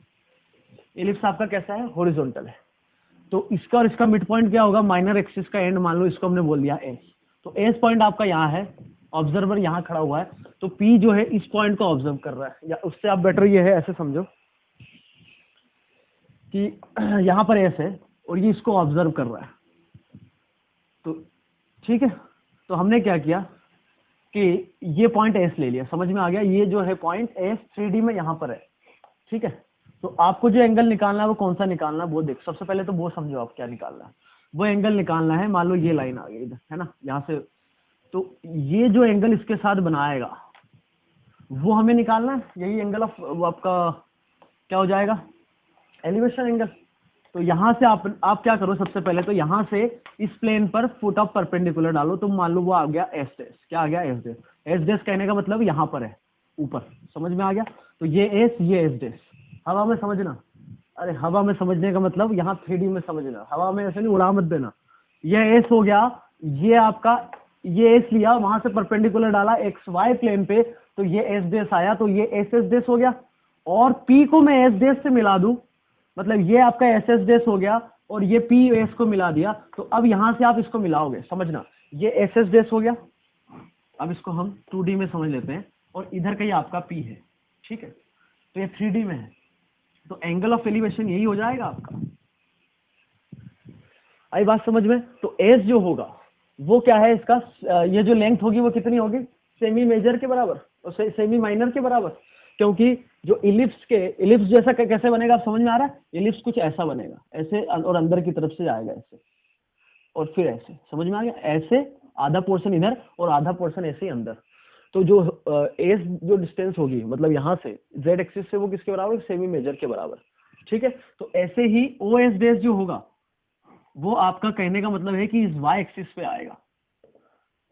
कुछ समझ में आ रहा है क्या चल रहा है? वाई एक्सिस पे आएगा, क्योंकि वाई एक्सिस आपकी ऐसी है, मतलब ये समझो वाई एक्सिस आपकी ऐसी जा रही है ना, तो वाई एक्सिस को उठा के यहाँ ले जाओ, तो एस आपका वाई एक्सिस पे आ रहा है, मतलब वाई एक्सिस के पैरेलल एक लाइन है उस पे आ रहा है, तो ओ एस डेस भी उसी पे आएगा।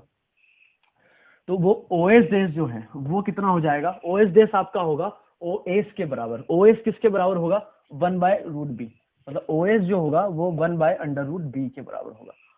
तो √1/b। अच्छा, हमने यहाँ पे मेजर एक्सिस निकाला था 2a कितना 10, 2a कितना निकाला था 10, तो a कितना हो गया 5 के बराबर, इतना 5, ठीक है।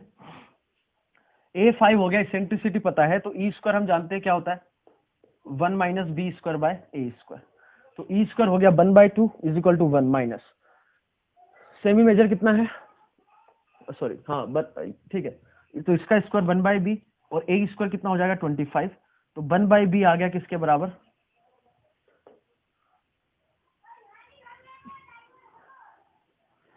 ये हो जाएगा हाफ, तो ये हो जाएगा 25/2 के बराबर। कोई दिक्कत? चलो एक बार निकाल लेते हैं यार। ये हो जाएगा half is equal to 1/b into 25, तो 1/b आ गया आपका 25/2 के बराबर, ठीक है। 1/b आ गया आपका, तो हमें क्या निकालना था? एस डेस। तो ये ओ एस डेस पता चल गया, तो एस एस डेस निकाल सकते हैं कैसे? अब देखो ध्यान से सुनिएगा, फिर से बता रहा हूं मैं, ये ओ एस डेस हो गया, और ये आपका पता है कितना है, ये वाई एक्सिस कितना था यार, ये लेंथ 5√3, तो ये है 5√3, तो ये 5√3, ये तो ये डिस्टेंस निकल जाएगी नहीं, बट हमें एस एस डेस चाहिए ना। नहीं, एस एस डेस तो सिंपली जो, अरे ये एस पॉइंट है, ये इधर एस डेस आ गया, तो इनके बीच की डिस्टेंस आपका एस एस डेस हो जाएगा, तो एस एस डेस तो सिंपली आ गया 5√3, ठीक है, अब हमें निकालना है पी एस डेस। पी एस डेस जो होगा, ये आपका एस पॉइंट था, इधर एस डेस पॉइंट हो गया, ठीक है। तो हमें ये निकालना है, तो इसके निकालने के लिए ये हमें पता है कि, तो बिल्कुल पता है, ओ एस और ओ एस डेस बराबर होगा, तो ये आपको पता है। और ये पता है क्या पॉइंट, ये वाला, ये सॉरी पॉइंट नहीं, ये डिस्टेंस पता है क्या, तो ये डिस्टेंस भी पता है। ओ एस डेस कितना हो गया, 1/√b, और पी ये जो है ओ ओरिजिन, तो ओपी कितना है, ओपी कहीं निकाला था हमने, ओपी कहीं निकाला ही नहीं, तो ओपी कहीं ना कहीं निकाल, चलो ठीक है। तो पीए बोल दो, पीओ बोल दो, तो ये 5 और ये 5, ये 5 था आपका, ये 5, तो ये हो गया 10। तो पी एस डेस आपका हो जाएगा, पी एस डेस कितना हो जाएगा, √, समझ में आ रहा है, ये ओ एस डेस, इसमें पाइथागोरस लगाया तो ये पी एस डेस हो गया, तो इसका स्क्वायर मतलब 1/b प्लस इसका स्क्वायर तो 10 का स्क्वायर, तो ये कहानी हो गई आपकी। 1/b कितना था, 25/2 प्लस 100, तो पी एस डेस आपका हो गया। यहाँ से 25 कॉमन निकाला तो बाहर क्या आएगा, 5, 1/2 प्लस 4, तो ये हो जाएगा पी एस डेस आपका 4 दूनी 8 और 9 3, तो 15/√2, ठीक है। तो आपके पास एस एस डेस आ गया और पी एस डेस आ गया, एंगल ऑफ एलिवेशन यही हो जाएगा, तो tan थीटा आपका सिंपली हो जाएगा क्या, एस एस डेस अपॉन में पी एस डेस। एस एस डेस पता है कितना है, 5√3, और पी एस डेस कितना निकाला, 15/√2, तो 3, तो बचेगा ये √2 ऊपर चला जाएगा और नीचे √3 बचेगा, तो √2/3, ठीक है भाई, समझ में आ गया। बहुत बहुत टाइम लग गया इस क्वेश्चन में हमें, अब आगे बढ़ते हैं।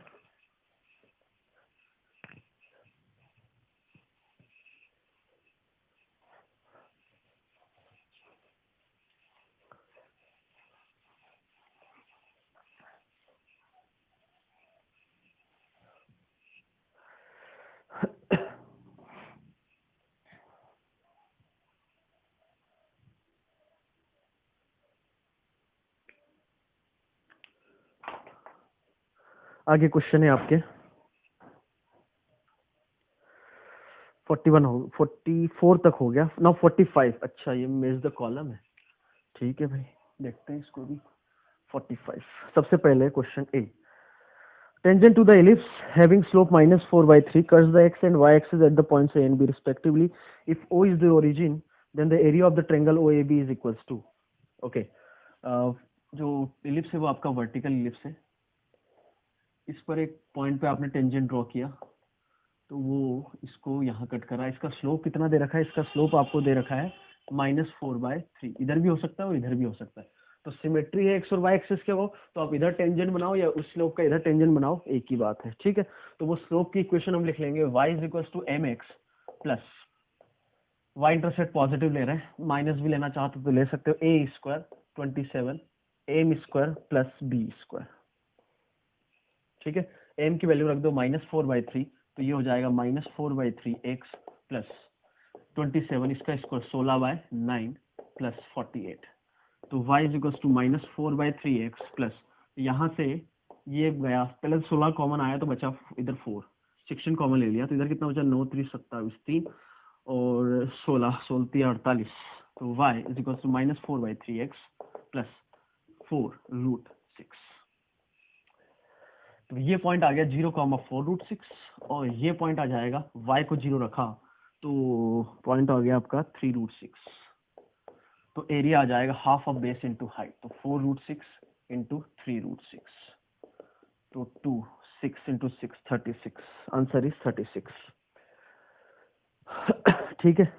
Now B, product of the line perpendicular drawn from the points +-3,0 to the line this, तो इसमें तो आप सीधा डिस्टेंस फॉर्मूला 3,0 से डिस्टेंस निकालो, -3,0 से डिस्टेंस निकालो, उनका प्रोडक्ट कर दो, वो भी कर सकते हो, या फिर इसको हम अब जैसे इलिप्स के लिए देख रहे हैं, तो इलिप्स इसमें लग सकता है कि, तो बिल्कुल लग सकता है, x² / 25 प्लस y² / 60, ये जो स्टैंडर्ड इक्वेशन है ये इलिप्स के लिए होती है, तो इसके लिए फोकाई क्या हो गया, +-3,0, और टेंजेंट की इक्वेशन ये है, यही तो बोला है इसने, तो फोकाई से परपेंडिकुलर डालू मैं इस इलिप्स के लिए, तो वो किसके बराबर होता है, b² के बराबर, तो b² कितना है, 16 के बराबर, आंसर इज 16, ठीक है।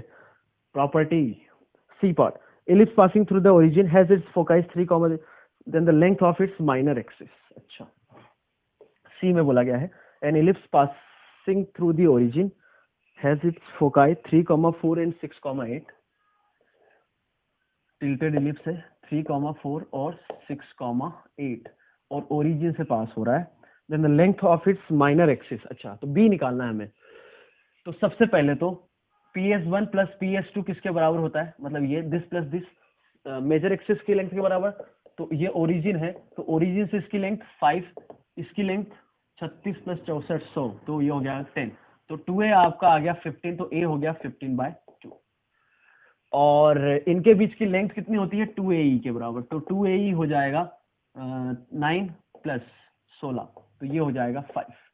ठीक है, तो 2a को रख दिया 15, 5, तो e आ गया आपका 1/3. हमें तो b निकालना है, तो फिर क्या करें, तो e square is equal to 1 minus B square by A square into 4/15 का स्क्वायर. अच्छा, जरूरत पड़ेगी तो देखेंगे.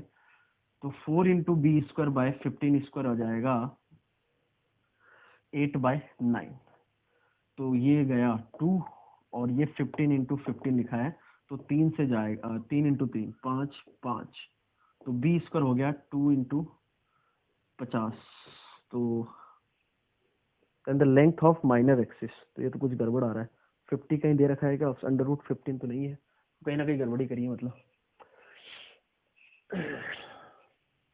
ये लेंथ निकाली है 9 का स्क्वायर 16, 5, ये length is equal to 2a, तो 15/2 a हो गया, और 2a ही हो गया फोकस के बीच की डिस्टेंस, तो 9 प्लस 16 का √5. ठीक है, ये तो और 2ae, अच्छा 2a रखा हमने 15, तो e आ गया 1/3. तो e की square 1 minus B square upon में a स्क्वायर, तो इसका स्क्वायर करेंगे तो 15 स्क्वायर, और 2 का स्क्वायर 4 ऊपर चला गया, ये हो गया 8/9, ये 2 5 5, बी स्क्वायर हो गया 25. क्या गड़बड़ी हो रही इसमें, the length of the minor axis.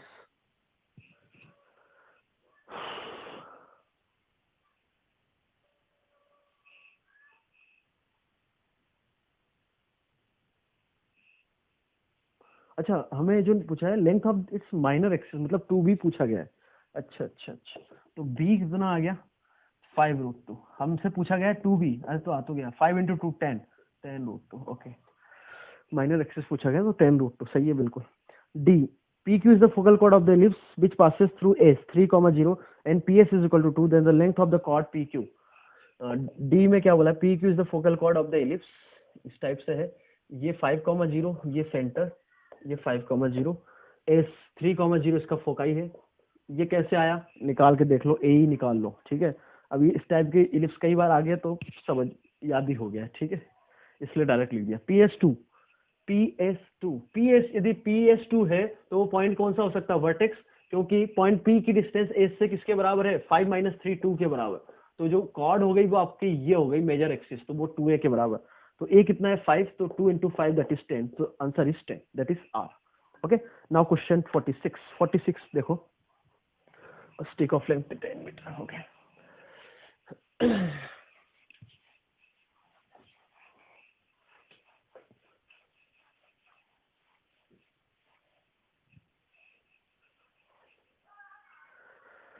Forty six देखेंगे हम. 46 का A.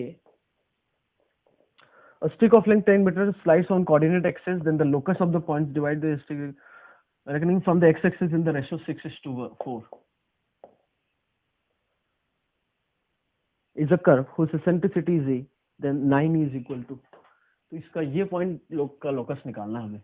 टोटल कितना है ये, तो हमने क्या किया, ये एंगल को थीटा ले लिया, तो ये एंगल भी थीटा ही होगा. तो इस पॉइंट के कोऑर्डिनेट्स निकालना है. ठीक है, तो x कोऑर्डिनेट तो हो जाएगा 4 cos थीटा, और y कोऑर्डिनेट ये 6 cos थीटा, ये 6 sin थीटा, तो 6 sin थीटा. तो इक्वेशन आ गई, ये h के बराबर, ये k के बराबर, तो h/4 का whole square that is h²/4 square plus k² 6 square is equal to cos square theta plus sin square theta 1. Ellipse आ गया. इसकी सेंट्रिसिटी निकालनी, तो e स्क्वायर हो गया 1 माइनस बी स्क्वायर अपॉन में, सॉरी ये एलिप्स जो है वर्टिकल बनेगा, तो 4² 6 स्क्वायर, तो e स्क्वायर हो गया 1 माइनस 16, ये 2 से जाएगा तो 4/9, तो √5, तो ई आ गया आपका √5/3। तो हमसे क्या पूछा 9e, तो 9e हो जाएगा 3√5। 3√5 बोले तो s, ठीक है। नेक्स्ट इज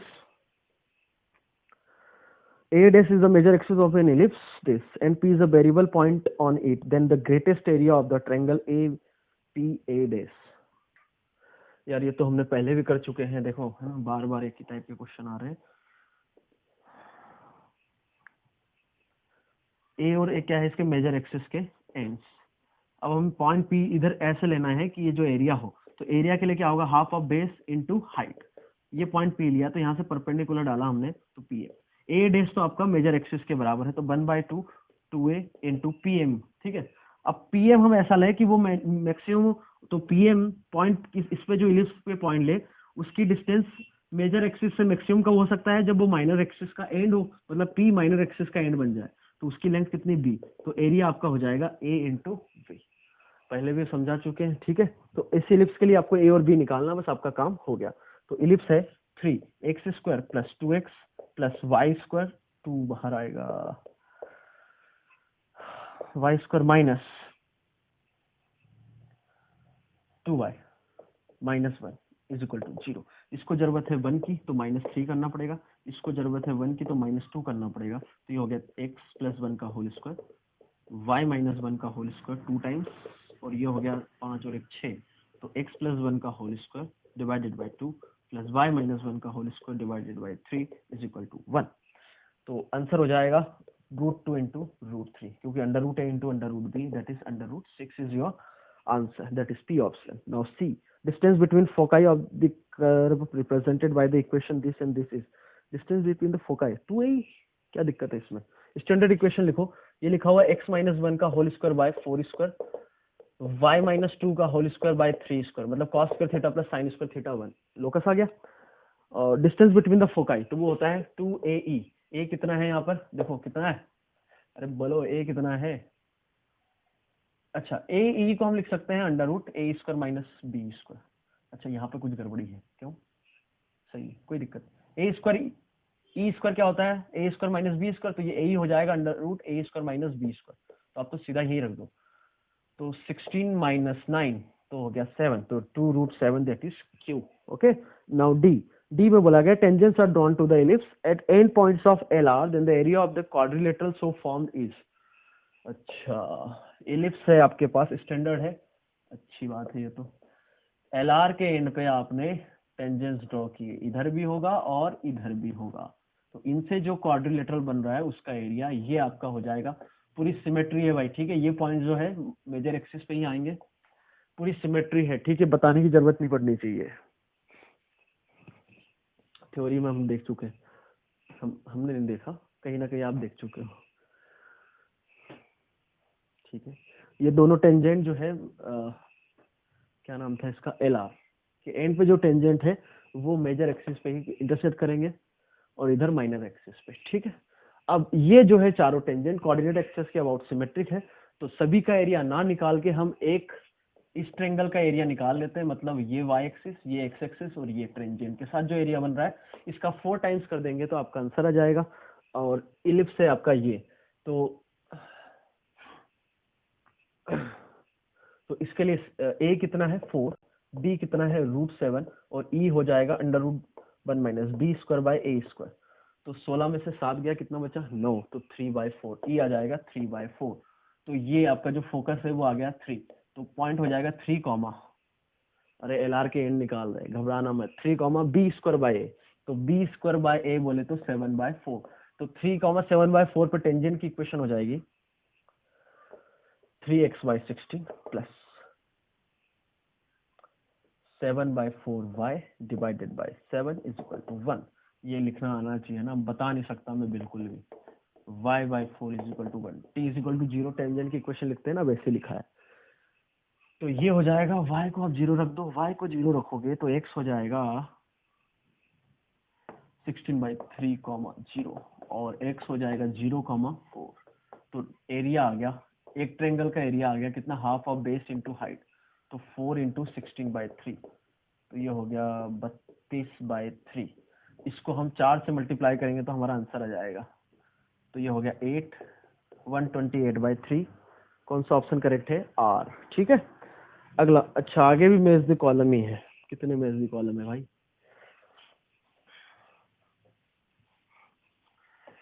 तो ये वाला जो है आपका 1 घंटे से तो ऊपर हो ही गया है आराम से।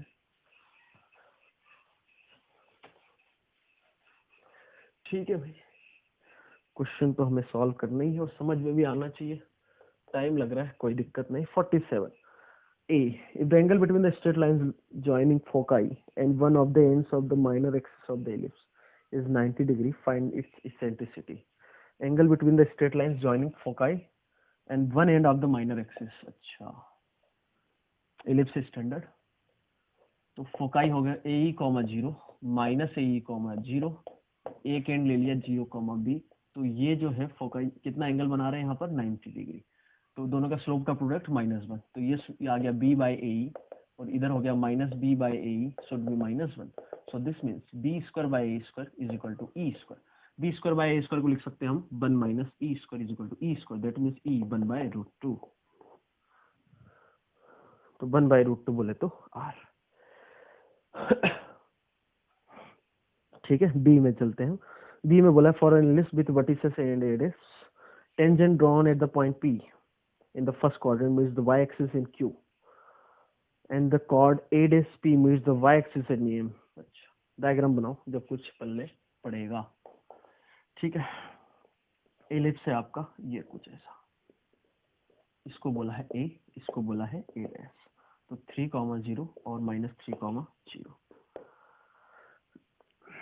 Tangent drawn in the first quadrant में टेंजेंट ये वाई एक्सिस, इस पर टेंजेंट आपने ड्रॉ किया तो वो वाई एक्सिस को कहाँ कट कर रहा है? क्यू पर। एंड द कॉर्ड A'(P), ये पॉइंट P था तो A'(P), अच्छा A'(P) meets the y axis in M if O is the origin then OQ² minus MQ²। अच्छा, OQ² minus MQ² equal to. ठीक है भाई, तो पॉइंट ले लो आप 3 cos थीटा, कॉमा एलिप्स की इक्वेशन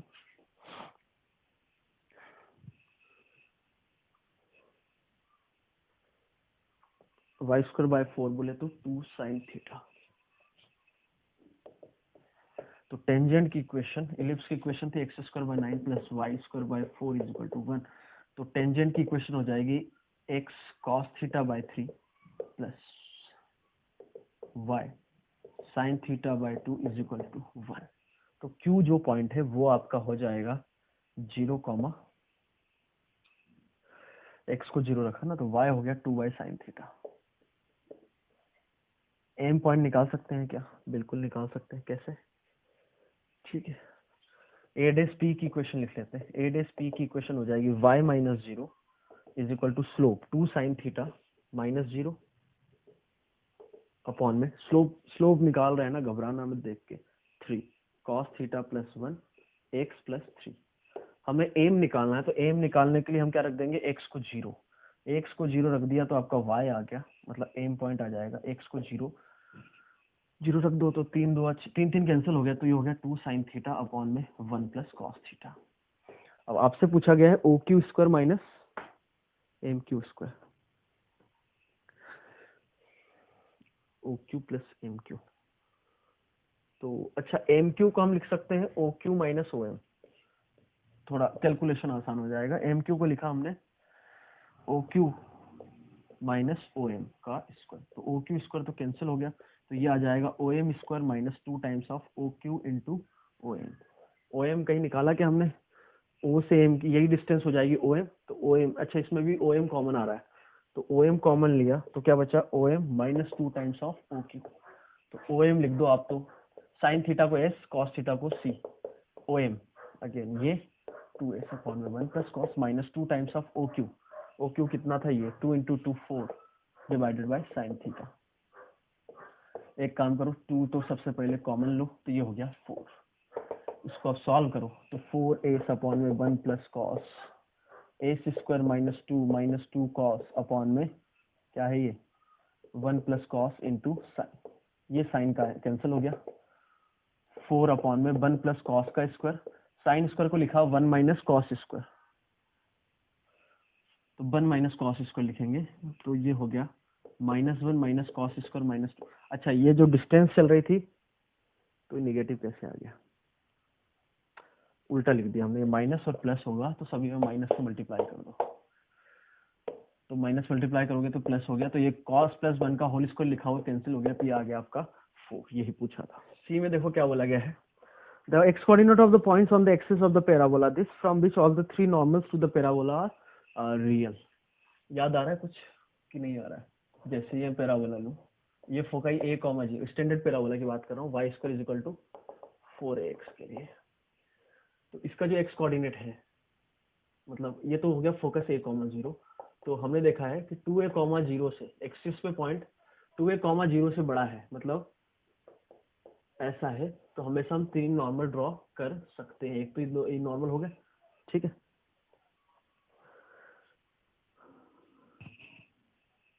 तो तीनों नॉर्मल है तभी रियल हो सकती है।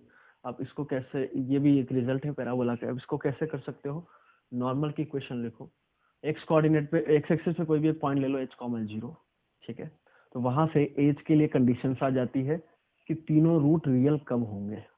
नहीं आया समझ में? आ गया?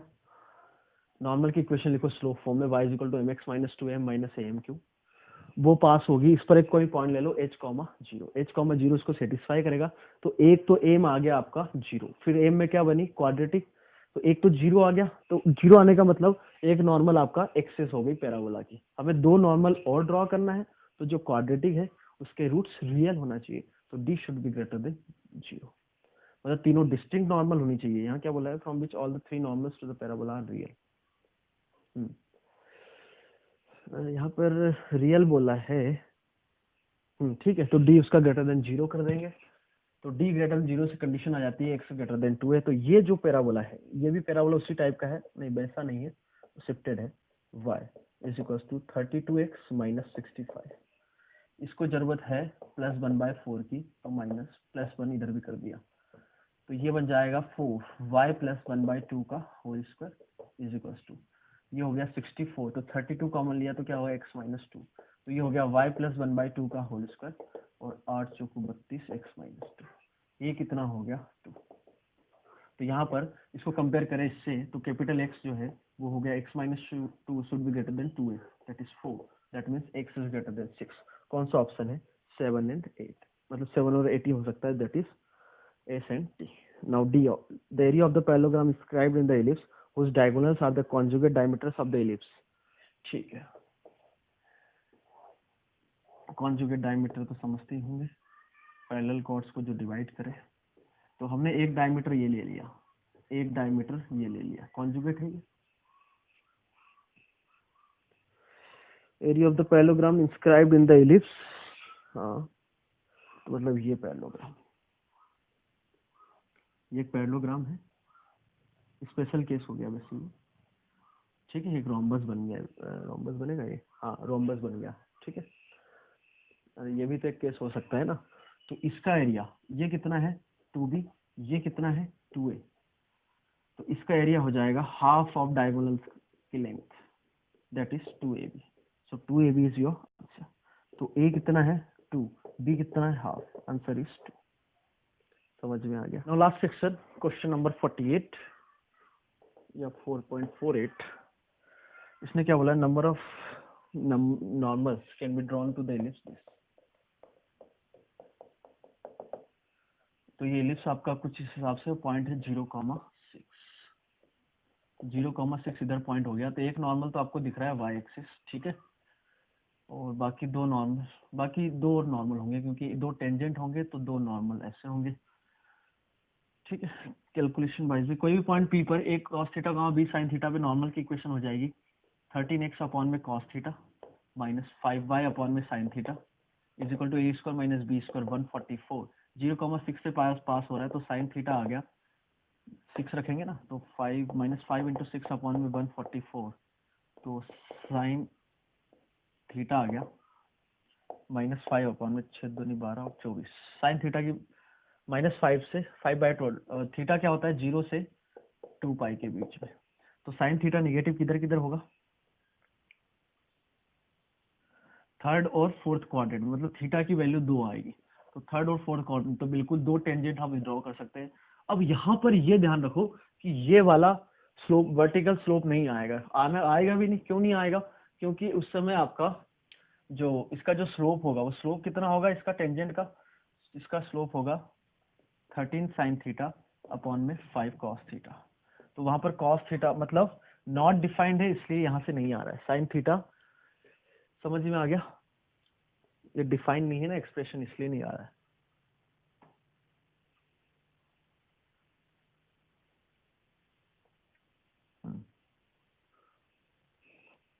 ठीक है, तो एक नॉर्मल तो हमें दिख ही रहा था वाई एक्सिस, दो नॉर्मल इधर से आ गए, मतलब थीटा की दो वैल्यू आ गए। टोटल कितने नॉर्मल ड्रॉ कर सकते हैं हम, 3 नॉर्मल। ठीक है, ओके। तो नेक्स्ट क्वेश्चन है आपका 49। 49 में क्या बोला देखो, origin O is the centre of the 2 concentric circles whose radii are a and b, और b बड़ा है, मतलब जो सर्कल्स होंगे वो ऐसे होंगे।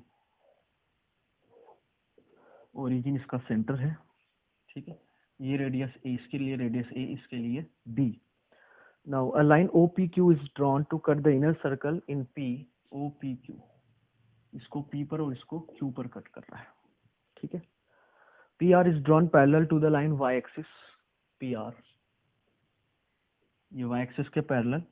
R कौन सा पॉइंट है, the locus. PR is drawn and QR is drawn parallel to the line X। तो Q से पैरेलल जो ड्रॉ कर रहे हो, तो ये पॉइंट आपका R हो गया। ठीक है, ये इसके पैरेलल है, ये इसके पैरेलल है, तो ये 90 डिग्री हो गया। तो आपसे क्या पूछा है, when the locus of R is an ellipse touching the two circles, if the foci of this ellipse lie on the inner circle, इसकी रेडियस a है, if the eccentricity is √2 lambda, then find lambda। eccentricity किसके बराबर बोला है, √2 lambda। ठीक है, तो R ये एंगल थीटा ले लिया, तो ये हो गया A, तो पॉइंट A हो जाएगा, पॉइंट P हो जाएगा A cos theta comma A sin theta. ये डिस्टेंस कितनी हो गई, B, एंगल थीटा है, तो ये हो जाएगा आपका B cos theta comma B sin theta. तो ये लाइन हो गई x equal to A cos theta, मतलब R पॉइंट हो गया A cos थीटा, और ये लाइन हो गई y equal to B sin theta, मतलब ये हो गया B sin थीटा। तो ये तो इलिप्स हो गया R का लोकस, जो कि होना भी चाहिए। तो x हो गया A cos थीटा, B हो गया y हो गया B sin थीटा। तो यहाँ से cos square theta plus sin square theta 1, मतलब x square by A square plus y square by b square is equal to 1। B a से बड़ा है, मतलब जो इलिप्स बनेगा वो वर्टिकल बनेगा। कैसा बनेगा, वर्टिकल। ठीक है, इसके एक्सट्रीमिटीज ए कॉमा ई, तो ऐसा होगा, और क्या बोला है कि दोनों को टच कर रहा है, तो ये इलिप्स कुछ ऐसा बनेगा आपका, और यहाँ से भी पास हो रहा है। ठीक है, डायग्राम एग्जैक्टली नहीं बनेगा, ये कुछ ऐसा इलिप्स है, बहुत ही ऐसा नहीं, ऐसा, सॉरी, एक्सट्रीमिटीज हो गए इसके ए कॉमा 0 और 0 कॉमा बी। अच्छा, ये ऐसा जाएगा, ये इलिप्स आपका बना। ठीक है, 0 comma b, 0 comma minus b, और a comma 0, 0 comma a comma 0 minus a comma 0। ठीक है, तो ये जो इलिप्स है इन दो, इसको टच कर रहा है यहाँ पर 0 comma b, 0 comma minus b पर, और अंदर वाले इलिप्स को टच कर रहा है ए कॉमा 0 माइनस ए कॉमा 0 पर। और इसने एक और इन्फॉर्मेशन दे रखी है कि जो इसके फोकाई है वो ये है। ठीक है, तो ये डिस्टेंस कितनी है, ए के बराबर, और इसके लिए फोकाई होगा बी, ध्यान रखना, क्योंकि बी ग्रेटर देन ए है, तो बी इज इक्वल टू ए। ठीक है, तो E हो गया A बाई बी के बराबर, स्क्वायरिंग करी तो E स्क्वायर हो जाएगा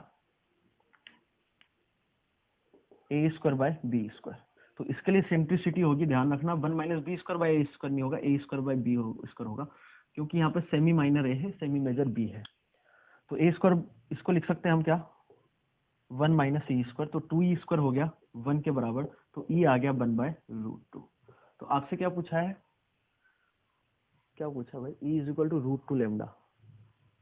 तो लेमडा बताना, ई आ गया 1/√2, तो 1/√2 is equal to √2 lambda, so that means lambda is equal to 1/2, 1/2 is your answer. ठीक है, next question and last question 50 में क्या बोला गया है, number of points on the ellipse from which pair of perpendicular tangents may be drawn to the ellipse this, number of points on the ellipse from which pair of perpendicular tangents may be drawn to the ellipse this. एक ellipse आपको दे रखा है, ये छोटा वाला 4,0 और ये 3,0, दूसरा एलिप्स है x² 50 मतलब √50, ये ओरिजिन ले लो, समझ में आ रहा है, ये डिस्टेंस 4 है, दूसरा जो एलिप्स है उसके लिए √50 बोले तो 5√2, तो वो जो दूसरा एलिप्स होगा कुछ ऐसा है। ठीक है, तो इस पर इससे कितने पॉइंट है जिनसे आप परपेंडिकुलर टेंजेंट्स ड्रॉ कर सकते हो। इस क्वेश्चन क्या है, इस पे नंबर ऑफ पॉइंट्स बताना है इस इलिप्स पे जिससे आप परपेंडिकुलर टेंजेंट्स इस इलिप्स पे आप ड्रॉ कर सकते हो। ठीक है, तो परपेंडिकुलर टेंजेंट्स यदि ड्रॉ करना है तो इस इलिप्स के लिए वो कहाँ पॉइंट आना चाहिए, डायरेक्टर सर्कल पे। तो डायरेक्टर सर्कल की इक्वेशन हो जाएगी x² + y² = a² + b² मतलब 16 + 9 25। ये पॉइंट था, ध्यान रखो कौन सा था, 5√2, तो इसकी रेडियस कितनी है 5, तो जो इलिप्स है, अच्छा ये जो पॉइंट होंगे ये एंड वाले, वो क्या होगा √20 लेंथ है यहाँ से, मतलब 2√5 है ना, 2√5 जो होगा 5 से कम होगा, मतलब जो डायरेक्टर सर्कल होगा इस बाहर वाले इलिप्स को 4 जगह कट करेगा, इधर इधर और इधर, मतलब इससे, अरे यार ये रेडियस कितनी है 5 है, ये कितना है √20, तो 5 से तो कम ही हुआ ना √20, तो इसको कितनी जगह कट करेगा 4 जगह, मतलब जैसे 4 जो पॉइंट है इस इलिप्स में वो डायरेक्टर सर्कल पे भी होंगे, किसके, इस इलिप्स के, तो उन डायरेक्टर सर्कल पे यदि पॉइंट होते हैं इलिप्स के लिए तो वहां से हमेशा परपेंडिकुलर टेंजेंट ड्रॉ होते हैं। तो कितने पॉइंट आ गए, 1 2 3 और 4, तो योर आंसर इज 4। ठीक है, ओके भाई, तो इसमें देखो कोऑर्डिनेट में बहुत कुछ हो गया है और ये वाला लेक्चर तो काफी लंबा भी हो गया है। ठीक है, इलिप्स में अब देखो पहले ही बता चुका हूँ कि पैराबोला कोई भी हुआ, इसमें आप रिजल्ट याद रखना। ठीक है, रिजल्ट याद रखोगे तो आपका आधा कोनिक बढ़िया हो गया, समझ में आ गई बात, आधा कोनिक, आधे से ज्यादा भी अच्छा हो गया, बाकी तो टेंजेंट नॉर्मल की क्वेश्चन तो हमें पता होती है। ओके।